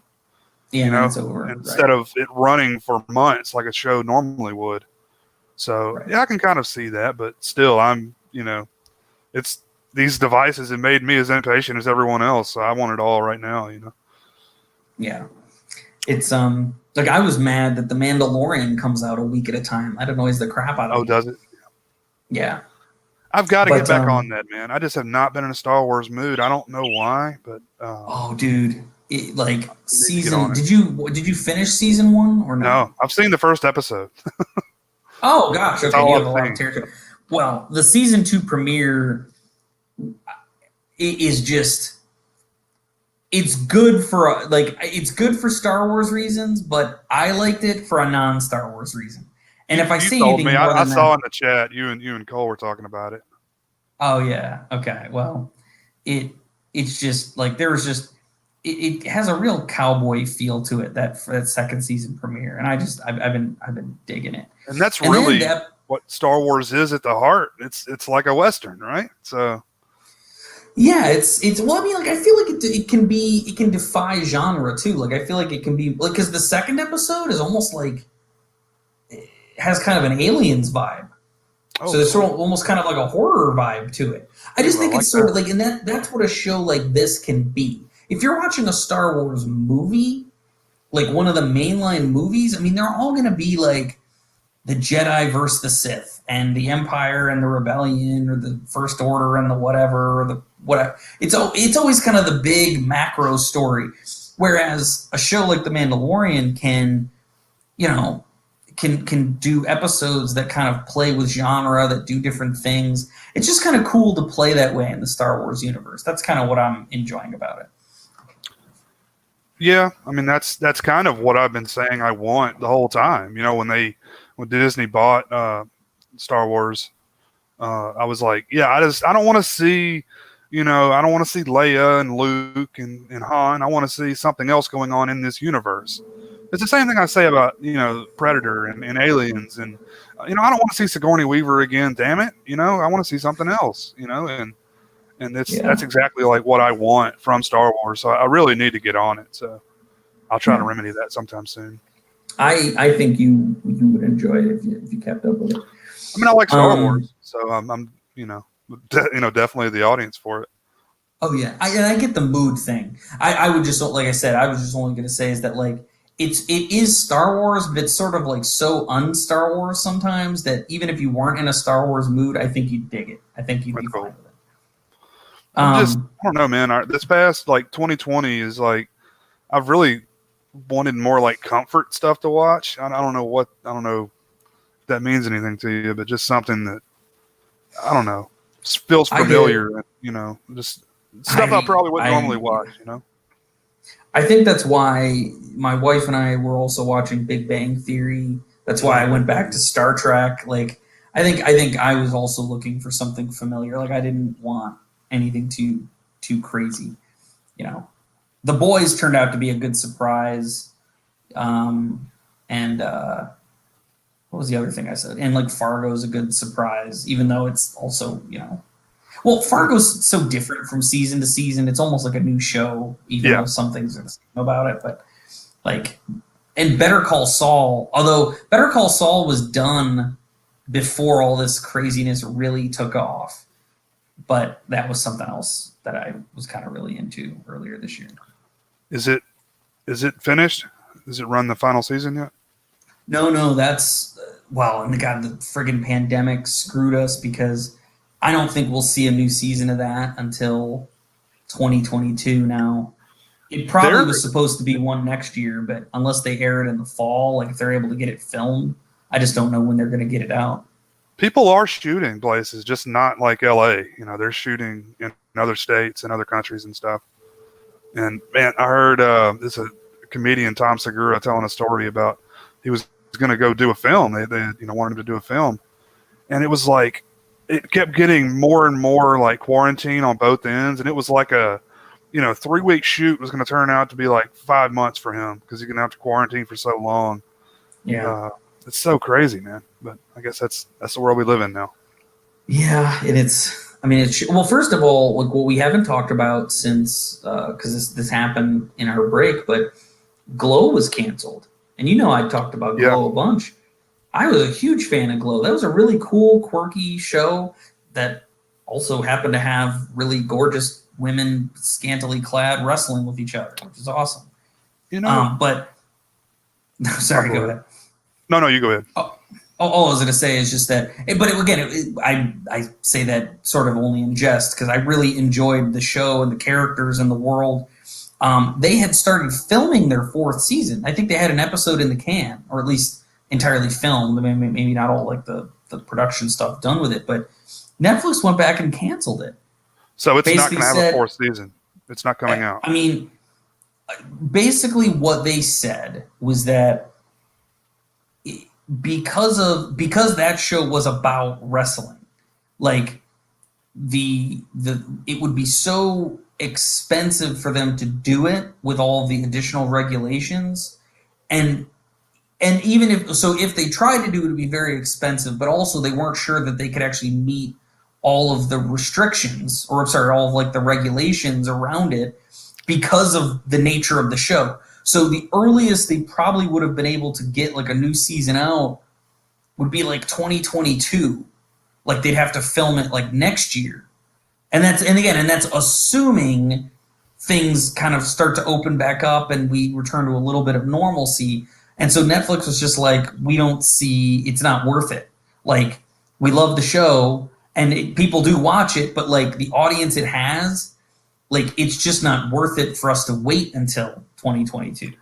So you say precautions like because of COVID, like COVID stuff is the reason why. Yes. Okay. Yeah, because like it's people in close proximity, wrestling with each other, touching each other, like lots of people grouped together. I still don't see why you couldn't quarantine people for 2 weeks and then shoot. I mean, and then it's a closed. Everyone stays there together while they shoot. Yeah, I guess it was. I think it was multiple factors. I think you could do that, but I think it's just expensive. Like you could do that, but it's expensive. And then I also think that even beyond that, because of the nature of the show, they felt like it was just even more risky. Just given what I think it's a cop out, and I'm disappointed because I really liked that show. But you know what? And that was supposed to be its final season, by the way. 4 was. Yeah, they're supposed to be the last season, so like we don't even get an ending, which just sucks. Yeah. But what's really interesting about that? Soon after I heard the news, of Glow being canceled, I saw that some of the non-white characters had come out and said they didn't like the way race was treated on the show and stuff like that. So, I mean, it's definitely not coming back now. Yeah, there was. They didn't Yeah, give there was a specifics, so I don't know well, exactly what specifically they're talking about. well, the show took place in the 80s, But, so right. it was more of a period piece, and it like some of it was kind of like wrestling characters. Yeah. And so like the people, like obviously people weren't, as racially sensitive in the 80s, and so like there were characters on there like I think the specific actress that made the complaint had to play she wasn't Muslim. I think she was Indian, but they were making her play like a crazy Muslim wrestling character. That's what they did, though. Like, that And actually happened. Like, we can't go change history. and the thing is though is that didn't the show didn't make that the joke. Like the show made it clear, and again, a credit to the actress because she in her performance conveyed this too, not always in words, but in how she played it, like that she didn't like doing it and that it was offensive. And if anything, it's more of a commentary on like how people were then, that they just accept. And there was another character. Her character was Welfare Queen. She was kind of I a more, get that one. Yeah, I get that. kind of a more buxom black lady, and she played this character, Welfare Queen. But even her character, they actually did like a whole. They did like I think it was a whole episode, but they did multiple like storylines where like her son is embarrassed by what she's doing. He's like he doesn't want to spend any time with her because he thinks like she's being ridiculous, like suiting up like that. Like the show never legitimized that stuff. So listen, this is America. People can say what they want and they can have their opinions, and they're part of the production. They're seeing things that I'm not, that you're not, that other people aren't. But I'm just saying my impression of the show was that yes, there were like racist characters in the show, but they were from a particular time period, and the show didn't legitimize them. Like the show made it pretty clear that these people didn't like what they were doing, or they understood it was offensive and they just kind of were doing it to make money. And it's really more of a comment on our culture that we just accepted that kind of thing. Like the show played it, I think, the right way, given what it is. I mean, so I don't know. I guess if you didn't like experience the 80s, you really wouldn't understand it. Yeah. But that's the way it was, man. Like the Iron Sheik wouldn't have been in the ring if he hadn't played up, the fact that, he's, of Middle Eastern descent. Right. Right. He probably wouldn't have gotten a shot because he wasn't a great wrestler. Well, what's funny is that things have changed so dramatically, so quickly, and maybe they haven't really changed. There's just a segment of the population who are trying to convince us that it has. But I was watching an older episode of Big Bang Theory because I was saying I was rewatching it, and this was from like the I don't know, maybe the third or fourth season. The character Bernadette, the small mousy blonde, at one point refers to someone as like a transvestite, and I found myself thinking like, oh man, like if the wrong person goes back and watches this, I wonder if we're going to be able to watch this episode in the future. Because South Park, by the way, is on HBO Max. There have been episodes taken down, like that. In fact, really good ones, like the episodes where they kind of went after Family Guy, which are really funny. I think those had like there's an animated Mohammed in that episode. Yep. HBO Max took them down; they won't show them. And I'm pretty sure there's a handful of other episodes they took down. I am positive that Matt and Trey were not on board with that decision. But I'm thinking that they are probably just like, whatever, you're paying me anyway, so okay. But I think that was like, because what's funny is the whole joke of the episode was about censorship. like so the fact that reality is like worse than South Park has to be some kind of funny thing. Yeah, it's like proving its point. It's proving the point of the episode. Yeah. That's ridiculous. I'm against censorship in general, so I don't know how we're going back and things that were made in a different time period when culturally we were different, and taking them down, like Gone with the Wind or something. Like, I mean, that's a period piece, man. Did you see Bill Burr hosted Saturday Night Live? Did you catch that? I didn't see it, but yeah, I knew he hosted. In his opening monologue, he actually talked a little bit about this, and he's like, did you see they tried to, like, they're going after cancel culture is going after John Wayne. Like, John Wayne died in 1972. Life canceled John Wayne. That's funny. He's like, this is an old guy. It's like he was born in like 1898. Like, come on. Like, how like that's what all these guys were like. And it was just kind of a funny bit. Yeah, Bill Burr, man, he's really got his finger on the pulse, man. Because he's not afraid to come out and say how he feels about things, regardless of who's going to get triggered by it. So, yeah, I like a lot of his stuff. And I don't know if you listen to Joe Rogan at all. Sometimes his stuff's annoying, so I don't listen to like every episode. But there are certain guests that I want to hear just because I really like the long form discussions on his show. Yeah. But he had Alex Jones back on again because he's had him on, like, I think this might have been his third time on. And I just saw all kinds of posts like on Twitter. I even saw some posts about it on LinkedIn, by the way, which, like, for the longest time, LinkedIn has been kind of the one safe space. Like, it's really just about business. Now, again, LinkedIn's annoying for other reasons, like the way people like self-promote, and sometimes everything's like just a little too fake. But there hasn't been typically a lot of like whining or political stuff, but a little of that, like, people are just saying like, well, just some people just shouldn't have a platform to speak. And I don't, like, where have we gotten in this country where like that's the attitude? But who decides? Who decides who gets a platform? Exactly. And I just come from the line of thinking that, like, the best way to combat speech you don't like is your speech. Convince me why that person's wrong and tell me about it, and show me data and make an argument, and give me a video or give me a soundbite or whatever. But to your point, I just don't know that the people banning other people, and Alex Jones is a bit of an extreme case, by the way, but I just don't know that the people making these decisions or leading these charges to get people banned or canceled or whatever. Alex Jones has been canceled. He's been canceled on every social media. So, right, yeah. I just don't know that the people doing that, like, I don't know that they're being, like, intellectually honest. Like, I think they're picking and choosing things that they don't like. I agree. And so we're getting a little off topic here, but that's well, first of all, like, so I listened to that show, and Rogan, like, again, true, because Rogan says the same thing that I do.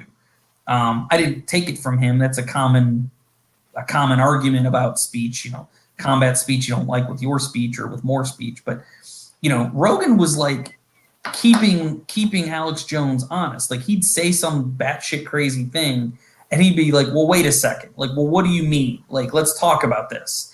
And like they were like fact checking him, like, on air, and not in like an annoying, like, MSNBC way. They were just talking, but like he was asking, because the thing Rogan was saying about him was that, like, listen, I actually think you get more right than you get wrong, but the fact is, like, you get some things wrong, and then people like point to that, and they don't listen to the rest of the things you say because what you said here was so wrong.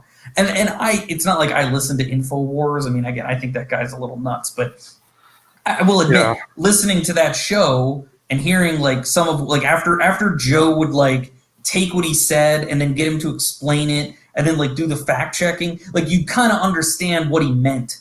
He's just like talking so fast and operating so quickly. Like, I just think it all comes out like a bunch of insane gobbledygook. But yeah, between Tim Dillon and Alex Jones, I really couldn't. I don't think I could have done it. But no, I think when he was on his show the first time, it was like the highest ratings he'd ever gotten on Joe Rogan Experience. yeah, he was just again. I actually thought that Tim Dillon guy was kind of funny, at least in that show. I've seen other stuff with him. I didn't think he was very funny, but I thought he was funny on that one. He's a bit much sometimes. He's a funny guy, but he's a big conspiracy theory guy, and it's you gotta. Oh yeah. That stuff kind of gets old pretty fast.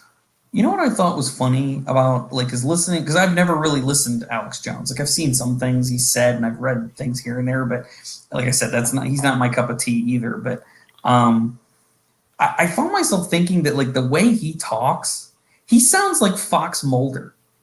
It definitely doesn't look like David Duchovny, but yeah, the kind of shit he talks about, it's the kind go back to X-Files, seasons 1 through 5. I mean, really any of the seasons with Mulder.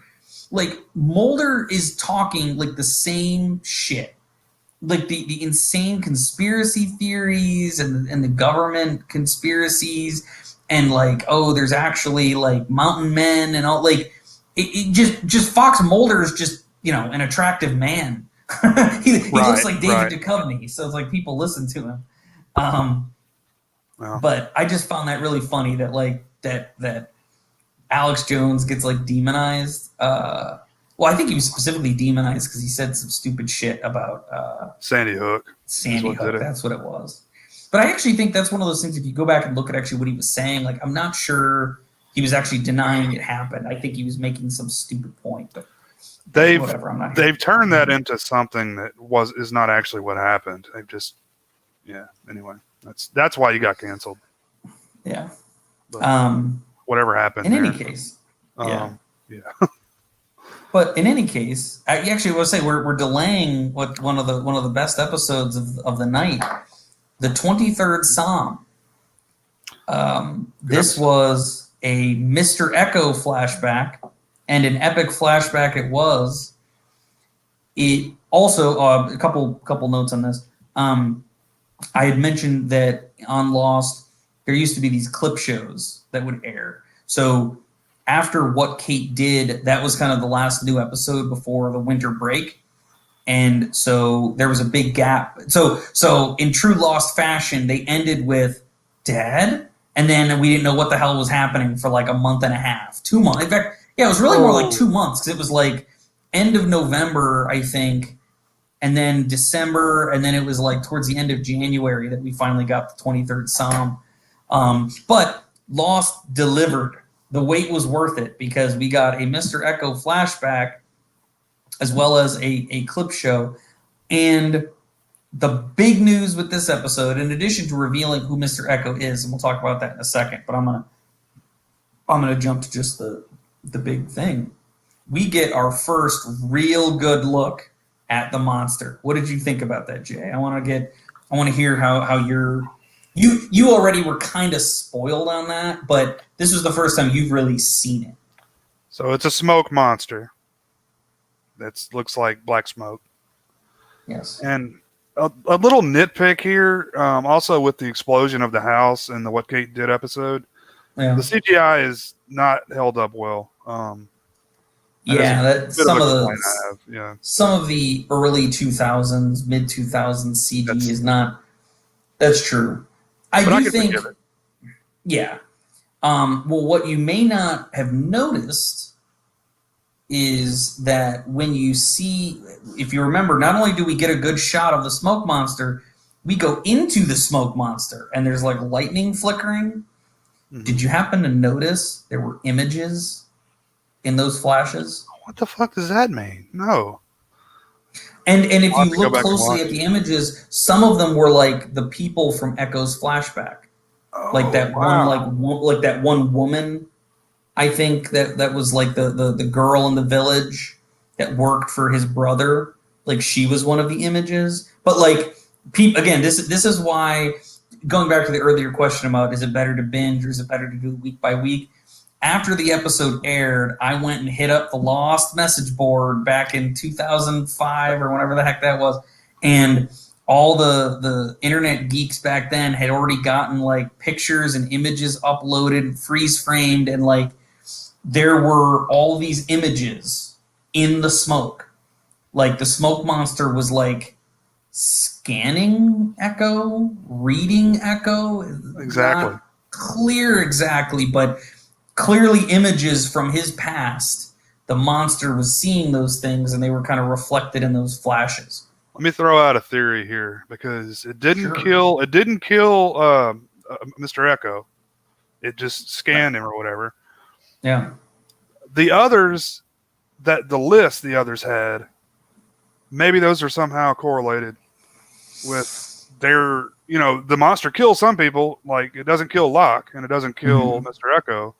So why them and not others? And then why was there a list? I don't know, man. I just think maybe there's a correlation there. Like maybe the others are working for the smoke monster or vice versa. These are interesting thoughts. That's just what I'm. No, this is good. These are interesting thoughts. I'd love to talk with you about it more, but I cannot. But these are interesting thoughts, and I like hearing you work through it, because I like the way you're thinking.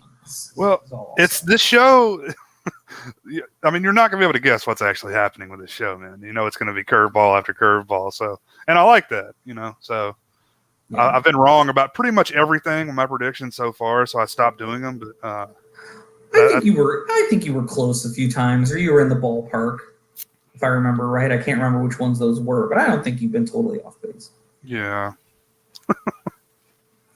I'm trying to throw you a ball there, Jay. Thank you.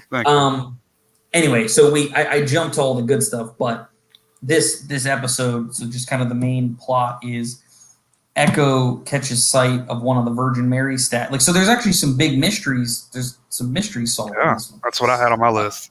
Yeah, Echo sees one of the Virgin Mary statues. I think like Claire has it on the table. I think she's like using it like a paperweight or something. And Echo like seems to recognize it. He asks her where she got it, and she doesn't know what it is or what's in it. So she's just like, "What do you mean? It's just a statue." And Echo smashes it and reveals what we all know, that there's heroin inside. And so Echo goes looking for Charlie to find where he got it. And, Charlie's acting like a douche, like, "Oh, what do you mean? I don't know what's in it." But he eventually has to take Echo to where those came from.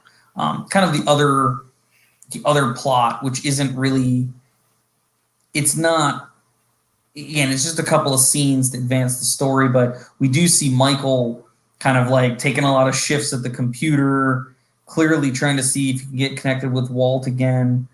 And I believe he even gets Locke to take him shooting. Yeah. Which, by the way, that scene annoyed me, because they're using a big jar of ranch. Like, Why are you using food? Like use an empty jar or something. Like, it always bothers me the way they waste food on this show. But yeah.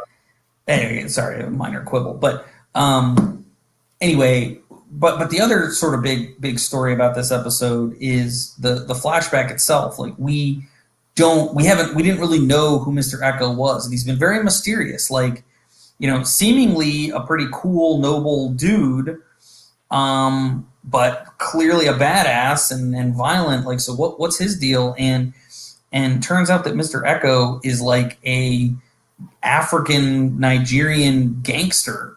Yeah. Who, when he was a child, was basically like kind of co-opted by, the local warlord or whatever, and turned into one of his soldiers. And his brother, on the other hand, who he saved to, and that's what got him turned into that,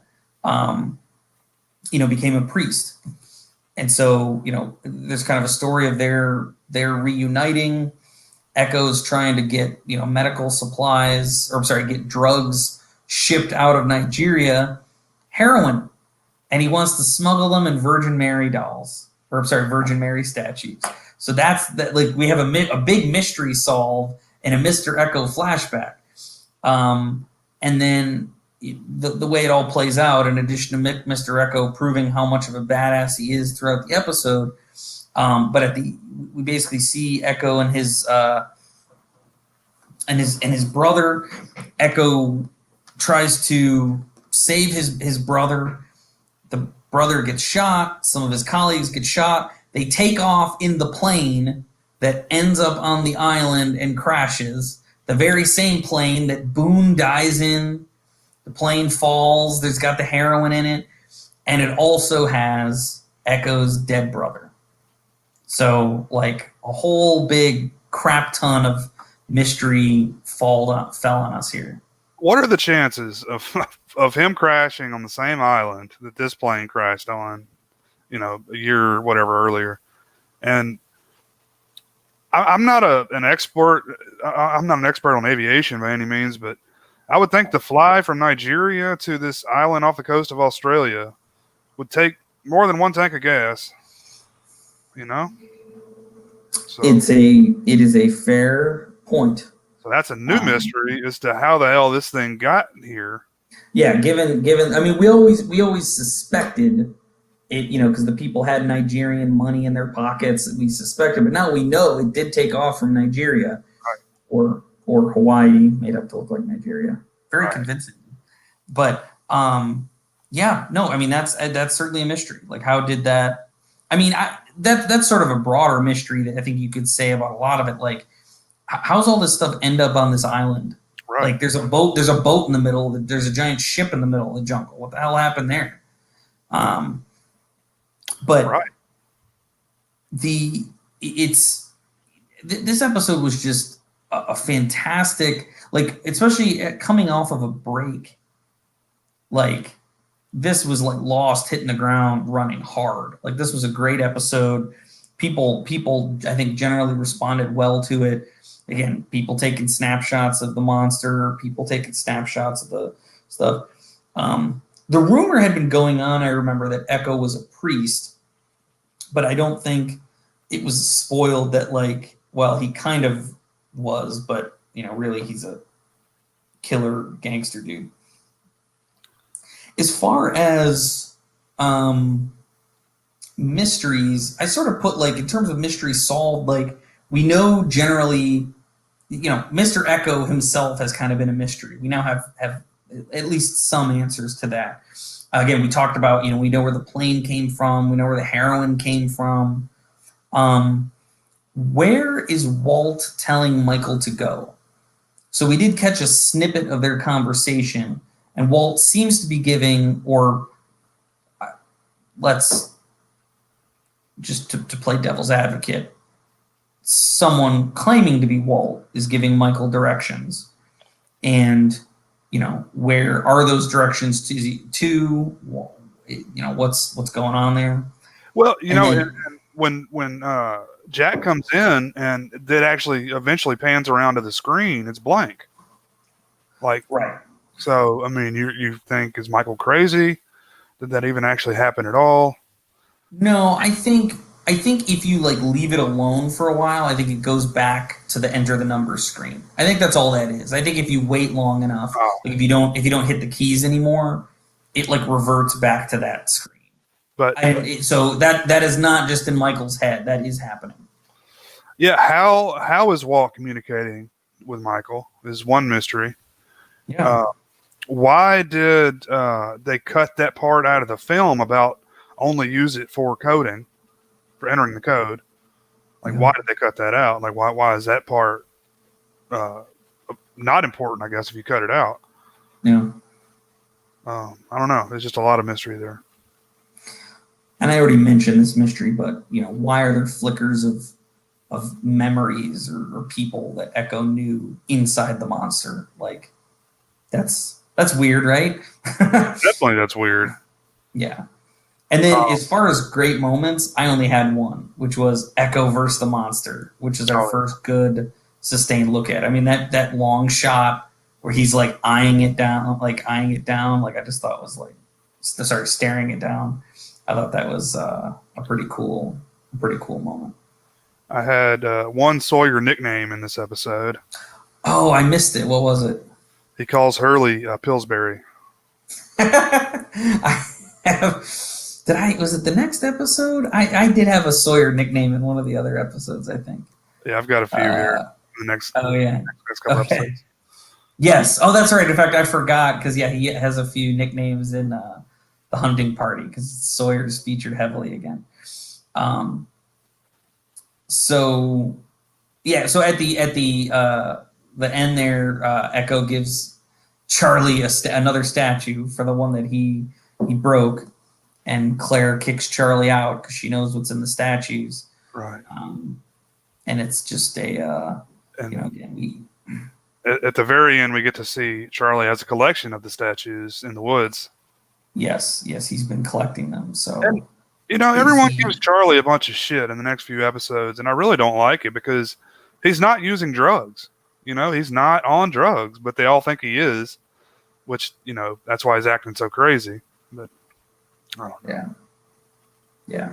Well, it's just I think some people just wonder because he's behaving so strangely that it's sort of like, why else are you behaving this way unless you're all high? Right.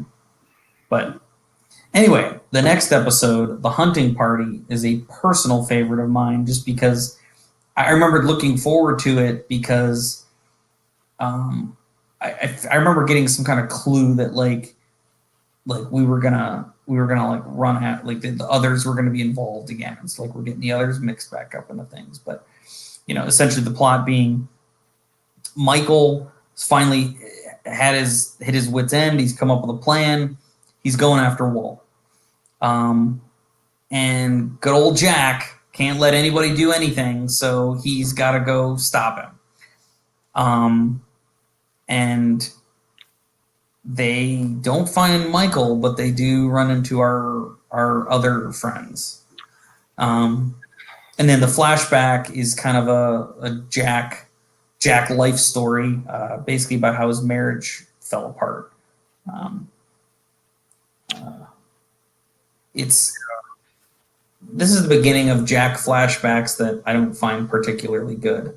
Not that there was anything wrong with it necessarily, but it was just kind of like, usually the flashback has some sort of like thematic resonance with like the episode, and I don't know, just I didn't feel it with this one. It just basically shows you. I mean, the whole surgery thing is just another time filler, I guess. But you find out what happened with him and his previous wife. Right, like you find out why he's not married anymore. She's cheating on him and makes it almost like it's his fault. It's so funny the way I'm leaving you. And then she's like, now you can like, now you'll have something to fix again, or something like something to fix. Yeah. But Jack won't let Kate come along because he's got to control everything, and he's pissed at Kate because she's been all fawning over Sawyer. And the thing, what we didn't talk about in the I think it was the Mr. Echo. I think it was when Mr. Echo brought Sawyer. Didn't Kate and we didn't talk about that? Kate and Jack kissed. Yeah. Which was a first for them, I think. Because Sawyer and Kate made out back when he was being tortured, but I don't think Jack and Kate have kissed yet. So that continues. Having a breakdown, and he kind of like grabs her and hugs her. Yeah. And then she kind of kissed him. So that happened, and then Sawyer showed up and queered his game. So he's been kind of pissed at her, and so he wouldn't let her come along. And they go like this is just a good episode, like any episode of Lost where you've got Jack and Locke and Sawyer like men on a mission kind of a scenario. Like it's just going to be good. Like the actors won't let it be anything but good. The writing won't be good. Won't be anything but good. Right. If you're writing for these three guys. And so I did make, in terms of the mysteries, there aren't any explicit mysteries in this one that I could think. If you found one, let me know. But like I wanted to just note something, and it's all I'm gonna say. Locke asked Sawyer where he got his nickname. Mm-hmm. And Sawyer was just like, who says I got it from anywhere? Right. And then they got interrupted because they heard the gunshots. And I would just say, that's interesting. Locke knows his real name from the flight manifest. Right. James Ford. But how does he know that he, like, why did you choose that one? You know, where did you get it from? Right. You know? So I want to say something, but I don't want to lead you, so I'm going to leave it there. I call that out to you. And then so you know the philosophical debate between Jack and Locke breaks out again, where you know Jack is trying to stop Michael from going because Jack believes, and I think he's probably right, but you know if Michael goes out after Walt after the others, like you know they're not going to see him again. Like he's going to die, or they're going to kidnap him, or whatever the case might be. And it's he just wants to stop him. And Locke, wisely, because he is John Locke, and I love him, says like, okay, Jack, what if we catch up to him? Like, what are you gonna do? right. And Jack's like, I'm gonna convince him to come back with us. Oh, he said, And I'm gonna Locke's, bring it back. And he says, how are you yeah, going to do that? Well, I'm talking to him. yeah, and Locke's like, yeah, but what if he doesn't want to come? And Locke has just a line that I like. See, this is why I feel like you're a John Locke kind of guy, because Locke's like, who are we to tell anyone what they can or can't do? Which you know, Jack doesn't kind of like that. irritates me is I would think finding Walt should be pretty high up on the list here. We're talking about a missing child who's been kidnapped. But I mean, at one point, Jack walks in when Michael's on the computer, and he's like, "Hey, we haven't forgotten about Walt. Look, we're gonna figure something out." And this while this man's sitting there, like, you know, I don't want you to go look for the kid on your own, but you know, I haven't decided it's time yet, so I'll let you know when we're gonna go look for your son. You know, as a parent, you know, that's crazy. You know. Yeah, I don't. Right now, now's the time. Right now, you know. Yeah, I was gonna say like I don't. I mean, I think the only credit, or at least the only devil's advocate position that I would take is just that, you know, Jack fought Ethan. Like Jack's encountered Ethan. Ethan almost killed Charlie. He kidnapped Claire. He knows these people are dangerous. He now knows, in addition to those things, he blew up their raft. He kidnapped Walt. They shot Sawyer. Like Jack, I agree. Like everything you're saying, I agree with you. But like Jack knows these are dangerous people. And I think his whole point is like, we haven't forgotten about Walt, but like if we're gonna go get him, like we have to be ready to go get him. I don't know what ready means. Clearly Jack hadn't figured that yet either. But like I can understand why from his point of view. And again, he's not Michael. He's not the kid's father. I get it. But I'm just saying like that is why and again, the fact I'm defending Jack, I want to throw open my mouth a little bit. But like I think if I had to defend him, that's what I would say. Is that like Jack's just kind of saying like, we want to get Walt back, but like we wouldn't. Like we don't know where these people are. We don't know where Walt is, but we know they're dangerous. And so, and that's a good segue then. So they hear gunshots. They're running through the woods. Jack is sniping at Locke because he thinks that Locke is slowing their progress. He doesn't actually want to catch up to Michael. And I always like Locke's like kind of retort to that, where he's like, oh yeah, Jack, I'm running at night through the woods towards the sound of gunfire because I don't care about Michael. Right. And they're kind of just bitching at each other, and our good friend from the raft shows up, the bearded dude. Sawyer identifies them both as the son of a bitch who shot me on the raft and Zeke. Yeah, that was one of my nicknames because that's probably not. He doesn't know his real name, right? So yeah, we don't know his name. This whole scene really pissed me off a lot. I don't want to say anything. Tell me why. Why do you think so? These damn inbred hillbillies are just doing whatever they want to do, and I don't know, man. I just hate that I don't know. I mean, they think the island is theirs. Like, you're only alive on this island because we let you live on this island. Like, go to hell. I mean, I remember I remember watching this. I remember very specifically. I was sitting in the common room in our dorm with my buddy Dave, and I think there were some other people there too. But I remember Dave was like on the couch with me, and I just remember we were watching this scene, and like that part, like this whole scene where he's saying that he's like, you're only living on this island because we let you, and all these other things, and I was just like, great, dude. If this is your island, like, show us how to leave. Like, we don't want to be like. That's why. Like, it feels to me sometimes like the characters on the show don't say what like any normal person would have said. Like, we don't want to be here. Our plane crashed, man. Like, okay, you want this island, you can have it. Oh man, but it's.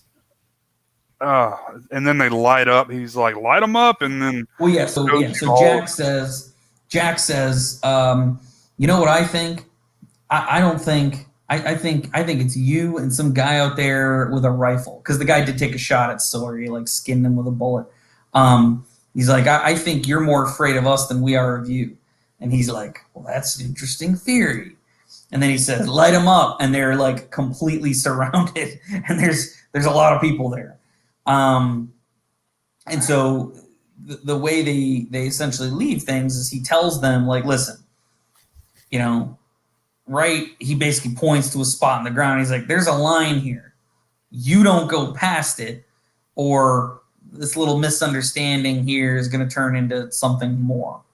And Jack, one of the few times where I'm sort of with Jack, because he's, not standing for that shit, is just like, why would we do that? And then they bring out fucking Kate, because she can't just ever listen, and she had to follow them.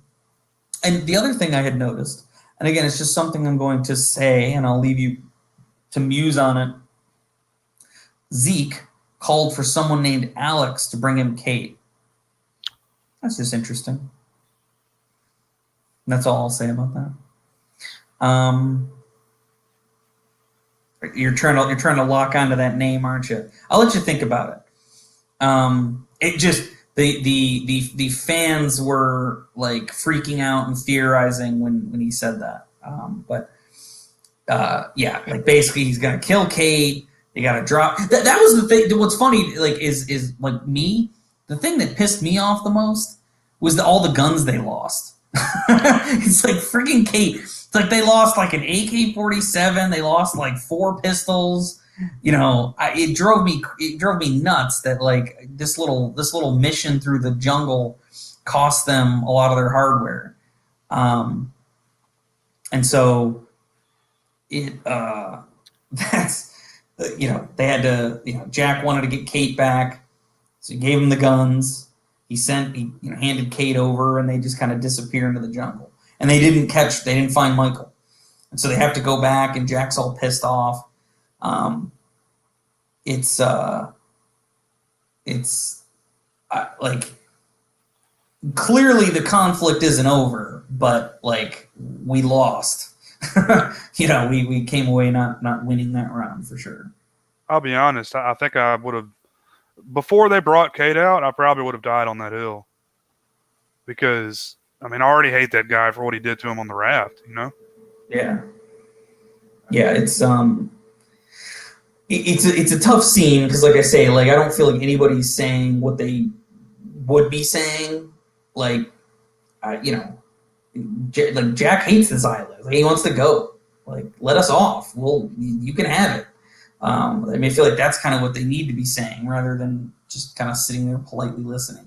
But kind of the way things end up is they trudge back to camp with their tail between their legs, and Kate goes and finds Ana Lucia and asks her what she thinks about starting an army, and that's how the episode ends. Lost hits us in the face. How long would it take to train an army? Or how long would it take to train an army? Yeah. That always bugged me, and I know it bugged the fans, because they would talk about it in the message boards and whatnot, but sort of like, why is he going to her with this? Why not go to the soldier buddy you have who's actually in an army Good to point. talk That's a about training an army? Yeah, that bugged people for a while as to like why is he going? I mean, I think it's more that just there's probably legitimate reasons for it. Like Saeed is mourning Shannon. You sure. know, Anna Lucia has sort of become the face of the like, you know, anti others coalition. Which isn't to say that Saeed isn't, but like, you know, she, you know, the way he put it is like she's killed a few of them, and that's true. I guess she's killed what, three, Three. two, yeah. Or I think it's just two. Because two. remember, Shannon wasn't another. Right. She thought it would have been three, but But, probably just also just to ramp up their screen time together. Jack and yeah. Ana Lucia, just because they're making her potential. You know, she has been since the end of season 1, potential love interest for Jack. Because now Kate's all buddy with Sawyer. Yeah, yeah, I think that was part of the plan, and it definitely seems like they seem like they've got some kind of a connection there. But yeah, that's the way we leave things. And so, sorry, go ahead. When you were on the message boards back when this was airing live, were people like, you know, oh, she's going to choose Jack or she's going to choose Sawyer, or, you know, like a.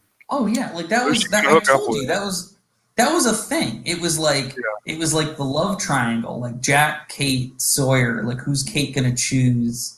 And that's why it kills me that I forgot to mention that they had their kiss, because I remember it was like like that's now Jack's kissing her. Like what's gonna happen?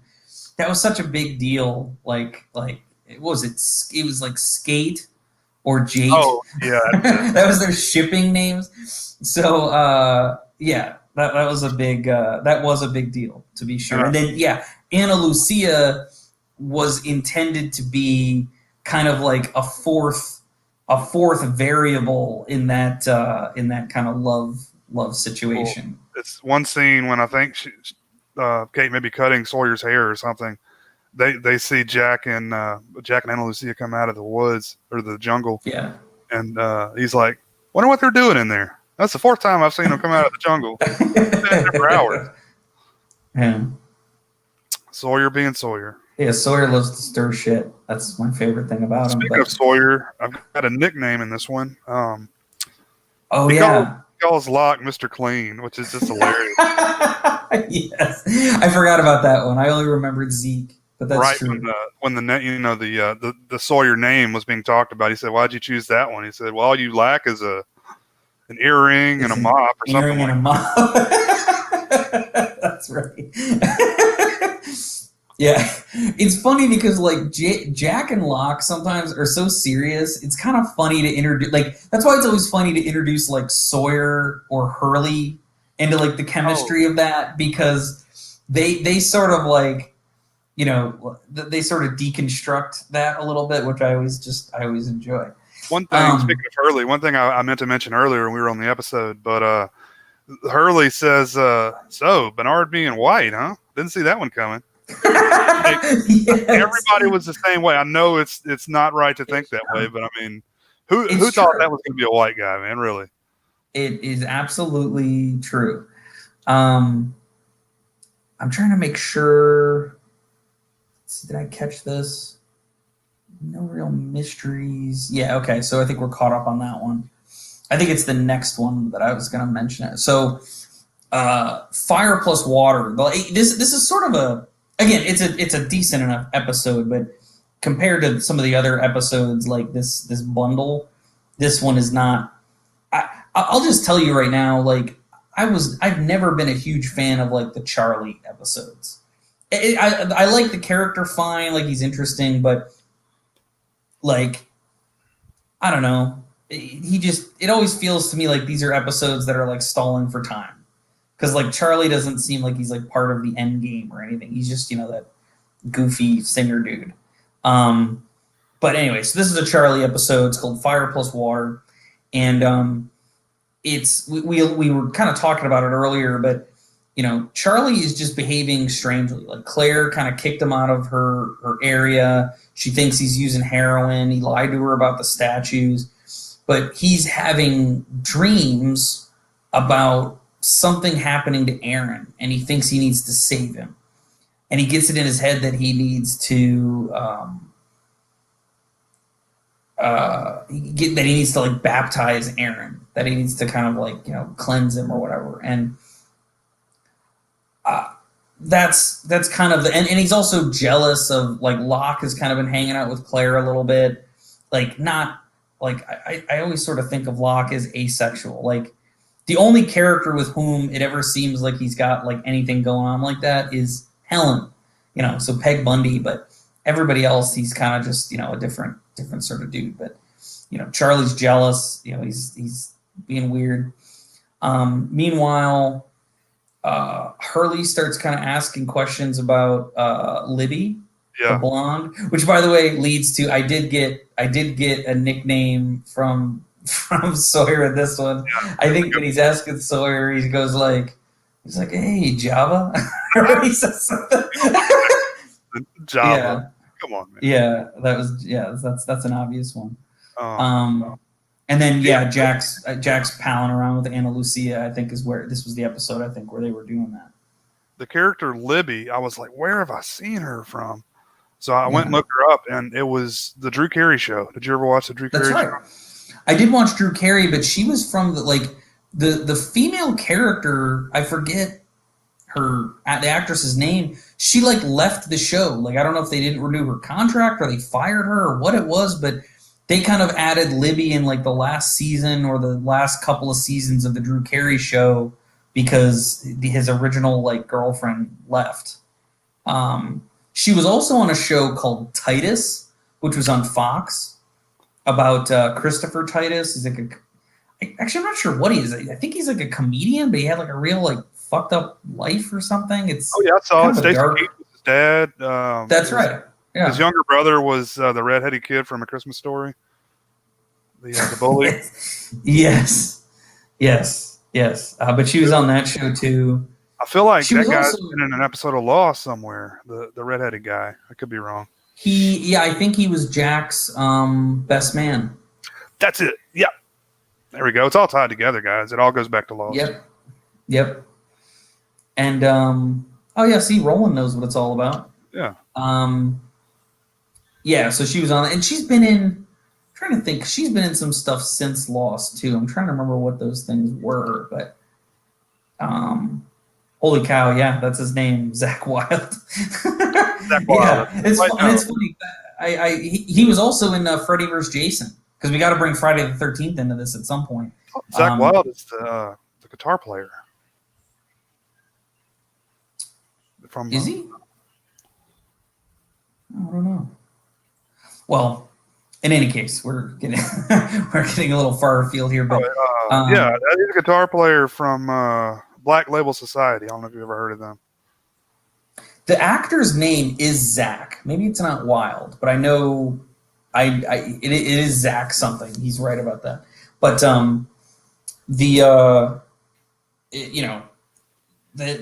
again, there isn't like a ton of like the only mystery kind of in this episode is at one point like Charlie goes to talk to Echo and Echo's marking trees, but he doesn't really explain what he's doing. Yeah. Any thoughts on that? Any theories what you think he's up to? He said these are the ones I like. He's definitely familiar with wood because he carries that big stick around all the time. Right. What the hell could he possibly be talking about? He tests the structure on one of them. I know that. Yeah. To make sure it's stable, and then marks it. I don't know. Okay. It's not a huge deal. I think it'll be revealed sooner rather than later. But I just again that in this episode, there's not a ton of. I mean, I guess you might question why it is that in Charlie's dream he sees the Beechcraft crash, but I think it's just him having weird dreams. I mean, this island's a weird place, and he's already seen the Beechcraft, so it makes sense that like it might be in his subconscious. I just this episode doesn't do a lot for me. There's not again. It's like Charlie getting worse and worse and worse, getting more annoying. There eventually comes a point where it's like he's trying to like baptize Aaron in the ocean in the middle of the night. Zach Ward, there you go. And Locke just like beats the shit out of him. I actually remember one thing that annoyed me back in the day on like the message boards. People were like counting the punches, like Locke punched him like 4 times. Like, okay, like the first 2 punches were okay, but like he really went over the line like with 3 and 4. And I'm like, the fuck, man, just like relax. He thinks this guy is all stoned out, kidnapping babies. That's what I had a problem with. But I guess from an outsider looking in, Charlie does look like he's using drugs, right? You know, he's acting crazy. So yeah, if that's what he thinks, he knows Charlie lied about the statues and everything. You know, I don't know. It does seem a bit excessive. I mean, Charlie's not going to fight back, you know, so. I mean, some of it probably is legitimate, like anger. Like Charlie needs to wake up. Like he's doing crazy shit. He's scaring Claire. He's like kidnapping the baby in the middle of the night. I mean, kidnapping's a strong word, but he's you know like taking the baby away in the middle of the night. You know, they're a small community. I think. You know, Locke is clearly like a Lord of the Flies kind of a dude, right? Like it seems to me like he's just trying to like kind of make Charlie understand like you don't do this again, you know.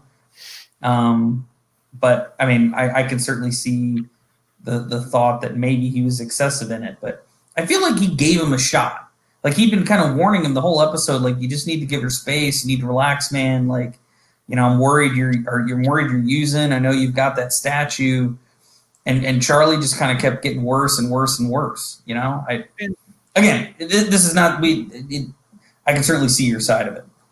He's basically losing his mind. I mean, because he's not using drugs, but I mean, we're supposed to tie this whole thing with Aaron back to his family and his relationship with his brother, because he kind of feels like his family left him. Which, I mean, his brother really did him wrong, in my opinion. Like. Sold his piano to go buy a ticket and act like that's just cool. Like I needed the money, so I did it, but it wasn't yours to sell, man. Yeah, right. And that was the flashback is like more of Charlie trying to save his high brother. But if it wasn't for Charlie, his brother probably would have OD'd or something. I mean, he's the only reason that you know he was, you know, okay and was able to get sober. You know, he kind of blamed Charlie the whole time, but the only reason Charlie was using drugs was because of his brother. He was way worse. They were trying to do the diaper commercial, which was awesome. I know you love that part. Yeah, you all, everybody. That's right. You all, everybody or something. They put the name of the diaper in the song. Oh, that's right. Yeah, they adjust. That's funny. Yeah. It's so Roland's got some feedback in here, which is worth talking about. So his questions actually. Oh yeah, that is a good question. Let's use some technology here. So why would the island mess with Charlie like this, or was he really having heroin withdrawal? He's already open withdrawals at this point, I think. Yeah, well, I think the question though is, Jay, like, has he been using again? Because he has the heroin. I mean, is it because you said you're sure he isn't using? Like, I guess I would only ask, how do you know that? We know he's kicked it, but we know he's walking around with a bunch of statues full of heroin. And I'm not. This is a question. I'm not saying you're right or wrong. I'm just asking why you feel convinced that he's not using again. If you look back at the episodes when he was using, I mean, he acted physically different than he did when he's sober, and I don't know. I mean, I guess I don't know for sure, but. It never showed him using, for one, and every time we ever saw a statue get broken, like they would tear up the drugs, you know, throw the drugs away. That's true. So, as for why the island would mess with Charlie like this, I mean, I think we've talked about this a little bit, and maybe Roland, you haven't seen those episodes, or just we did have a big break, so maybe you forgot, but you know, Locke has talked about, and in fact, I think it was even in like the first Charlie flashback where it was kind of his drug habit and everything was like fully revealed. I think Locke made the point that, this island like tests people. It kind of it like has a way of rewarding you, but like it wants something in return. He either said that to Charlie or maybe that was something he said to Boone. But I actually, my interpretation is that if you're on the island, you're constantly tested. The question of free will, like you're constantly going to be tested with it. So we know this is a monkey on Charlie's back. He thought by being there, like, hey, he doesn't have any more heroin. He's kicked his habit. Well, guess what? There's literally a mountain of heroin in the jungle that you can go and get. That's a good point. Like, what are you gonna do now? Like, are you gonna go just? Yeah, like, are you gonna go get just high and go melt into the ocean, or are you gonna? That's what I would do. That's what this guy would do.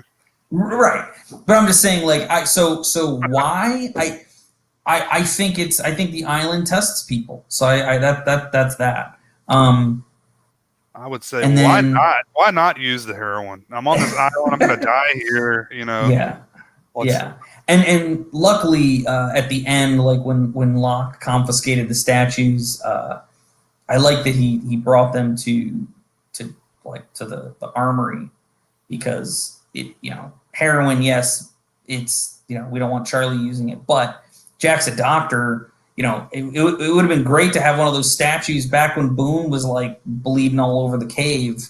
Right. I bet he would have loved a shot of heroin at that moment. So it's a good thing. Yeah, I'm sure it has some medicinal qualities. I mean, painkiller stuff.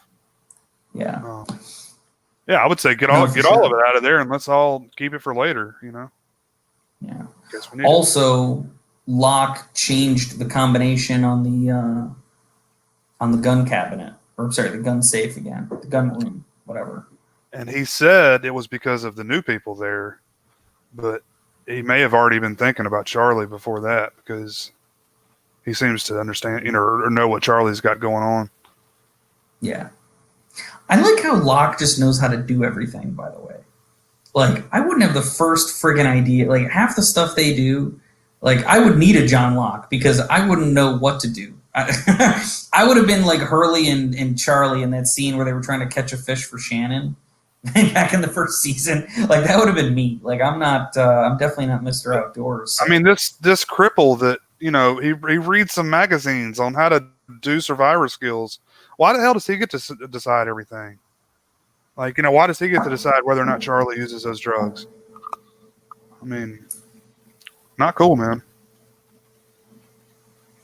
I don't. Yeah, no. I mean, it's a fair point. I'm not sure. I think my feeling of it would be, Jay, that if Charlie was just like out in the jungle getting high, not bothering anybody, like just disappear, like to your plan. I guess you're right. Like, but he's like acting erratic. He's kind of making Claire uncomfortable. He's taking the baby in the middle of the night. I think that's the part where it's like Locke takes the choice away from him. But opinions can. Yeah, I could see that, but I wouldn't be so eager to follow someone for just blindly.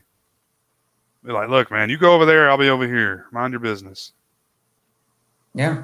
It's a fair point. Like I think the characters we follow are largely, they're kind of like that. Like Sawyer's with the group, but like, and Jack's the leader. Sawyer listens to Jack to the extent that it helps him. Yeah. Kate does whatever she wants whenever she wants. Saeed does what he wants. I think there's some other sheep in the herd that just kind of, well, Jack said to do this. Okay. I know. Like, we got to go collect water now, and but it's just like they want to turn this thing into some like society, and I just don't think that's what human nature would be. It'd be like Lord of the Flies out there, man. It'd be every man for themselves. It'd be, you give that a week, there would be women getting raped. I guess it depends on your view of I don't know. I guess it depends on your Well, view of human nature. Like just think of this, man. I'm not sure I think that would happen, but I'm You can cynical take too. you can take a domesticated dog. You can take this guy right here, and you can go put him out in the Look at that woods, guy. and it only takes a couple weeks before they revert back to being just like a wild dog. You know, No, it's true. It's the true. feral dogs. I mean, you know, And it's been, on the island at this point, it's been what, 50 days or, some, I'm not sure. It's been over 50 days or around 50 days. And yeah. um, they've, well, I think part of some of it, I think, is part of the story, Jay, is because, like, if you remember, like, in the first, was it, I forget which episode Jack did it, but Jack's big, like, live together, die alone speech. Because they've referenced that speech. I think I think the reason they aren't like that is because, again, in the story, for the purposes of this narrative, Jack said, like, hey, like, yeah, if we're all just doing our own thing, like living for only ourselves, like, sure, you can do that, but we're gonna die. Like, if we want to survive, we need to live together. So I think the point is that the reason this little, you call it a society, formed is because Jack kind of tried to take leadership to say, guys, we need to survive and we need to do that. To do that, we need to do it together. I think that's part of the story and part of his arc. I don't disagree that that's probably the best way to approach it as far as surviving long term, but I just don't think human nature would be like that. You know, I think people give humans too much credit for, I mean, I don't give people that much credit, Jay. What I think though is that I think people are more like sheep than they want to believe. That's a good point. And I think, like, these people are scared, they're in an unfamiliar place, and then all of a sudden there's this, reasonably handsome dude who seems like he knows what he's doing, who's kind of taking leadership. It's like, okay, boss, like, you want me to pick up sticks or something? That sounds great. Like, you tell me what to do. I'm over here. You know what I mean? I don't know. Like, that, I think it's that I think people want to believe that, we're all so individualistic, but that, if someone who seems reasonably smart and an authority tells us to do stuff, I mean, they do like studies on this. I mean, that's how like some, like, con artists and scam artists work. They act like they belong, and people don't challenge them. Right? It's like someone, like, shows up to their door and, like, flashes a badge. It's like a lot of people are just like, oh, okay, this is a police officer. I think people just kind of accept what they're given. I don't know. We're getting into a very philosophical space here. Like, again, your point is valid. I definitely think, like, Sawyer represents the worldview that you're talking about. I agree. I mean, I agree with that to an extent. I just feel like, we have no laws here. No one's going to be there to tell me not to do what I want to do. So I'm going to eat all the food and rape all the women. I feel like it wouldn't take long. Well, okay. First off, I know not to get in a plane crash with you, but I'm just saying, man. I think that's how it would go down. I think it would be like an alpha thing. Whoever, dominates the others, I guess. What I think, like, see, but I really do think that's what, like, thematically Sawyer is supposed to represent. And the only reason that, like, that Sawyer doesn't, like, rise to the top is Jack beats him down. Like, in a lot of cases, literally. Like, Jack is, like, again, he may be annoying, but I think he's generally a good-hearted guy. Like, he thinks he's doing the right thing, and because he's sort of ascended to the top of that ladder, and he's, like, he's not like Sawyer, that's why things, like, if Sawyer was in charge, or no one was in charge, I think things would follow the path you're talking about. I think kind of the conceit of this show is that, like, Jack is a leader, and he kind of rose up to take, like, leadership of this group of people to, like, help them survive, and that is why, like, they kind of form the group that they do. That's Roland 666. That's exactly what I was thinking of. The Stanford experiment. Is that the prison experiment, or is that a different one? Okay. Yeah, they take half the people and make them guards, and the other half are in the prison. And yeah, it's crazy. I don't know if And that's exactly analogous, but I get it because let that's me make more myself about power. That's about power. That the purpose of that experiment is to abuse of show power. that people who have power will abuse it, like will use it arbitrarily, and they'll subjugate the people without power. You could argue that that plays a role in, again, Lost, because like, Jack's big and strong, Sawyer's big and strong, Saeed's a soldier, and there's just some average people with them. But I I don't know that that's exactly apples and oranges, but I see the point you guys are Let making. me try to clarify here. What I said, what I think would happen, I don't condone that activity. I don't think that's Yeah. good or nice or cool or anything. So yeah, Jamie, I'm not saying I think that's a good thing. I just Yeah. It's like I said though, Jay. I think if I let myself dissolve into cynicism, I think you're probably right. But I think that it's a story choice that the reason that doesn't happen is because of Jack. Like, Jack leads these people, and Jack is a good man, and therefore they follow his example.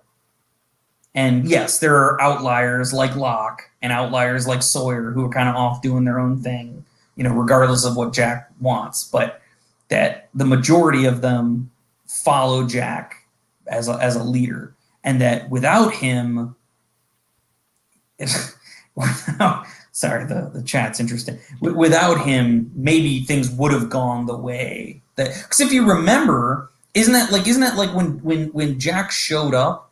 Like, weren't they all about to like beat the crap out of Boone? Like, wasn't that what happened? Like, everybody had like Boone. They were like they were gonna drag him out and beat him up, and Jack kind of stopped that. So I think the point of there are lots of like points of Lost, but I think the point of this part of the story is that Jack is the reason that kind of scenario you're talking about doesn't happen. sure. Again, I don't know that the story ever comes out and really says that, but I think that's what we're supposed to get from it based on his philosophy and how things go down. Right. Well, I mean, I guess if you don't have anyone to stand up and be a leader, that's a scenario you're going to have. But I don't know, man. Just like studying history, and I tend to look at human nature with a negative, a negative point of view, just because people have done some crazy stuff in the past. Yeah. So no, it's absolutely true. Like I said, maybe I'm trying to let my optimist out. I think I agree with you more than I want to. I mean, I don't think it's a good thing, but I just think that's what would. I mean, hell, dude, when we had Katrina, 2005, however many years ago that was. Oh yeah. 15. Looting, violence, yeah.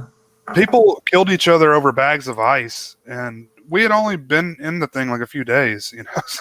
People were stealing gas out of people's gas tanks. It was crazy. Like, we had no electricity, so at night, you were basically a sitting duck, to get robbed. So I don't know. That really put some stuff into perspective for me. Yeah. Well, I think when we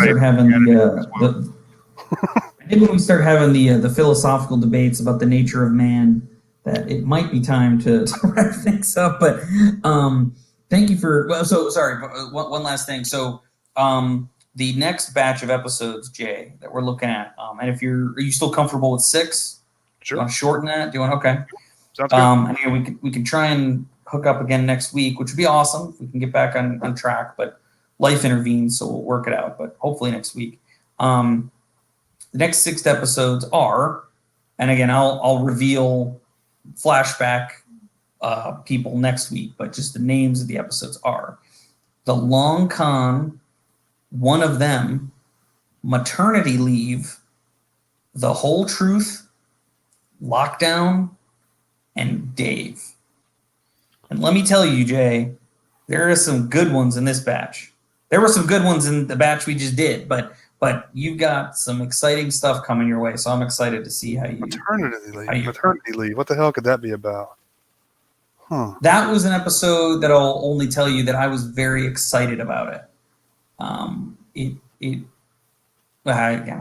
see, I always almost, you don't have to get me to do anything. I'd almost spoil you just on my own. But yeah, it's a that's an interesting one. In fact, the only other thing I'll say about it is it does not have a traditional flashback.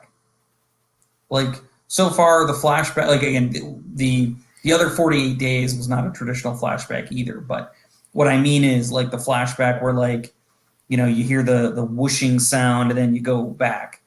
This one's a little different, and it will kind of make sense when you watch it. Sounds good. Yeah, I can't wait to get. Can't wait to hear. Like I said, I thoroughly enjoyed your late night messages last night. I'm sorry I missed them. I went to bed, but I'm definitely excited to get your feedback. So, Jay, thank you so much for joining me tonight. I'm glad we're back together, kicking ass. Absolutely. Folks who watched, Jamie, Orc, the legendary Orc is in the chat here tonight. Our buddy Roland, thank you guys for hanging out with us for a little bit. That's awesome. Absolutely. And hopefully we'll see you guys next week too. All right. Have a good night. Sounds good. Goodbye.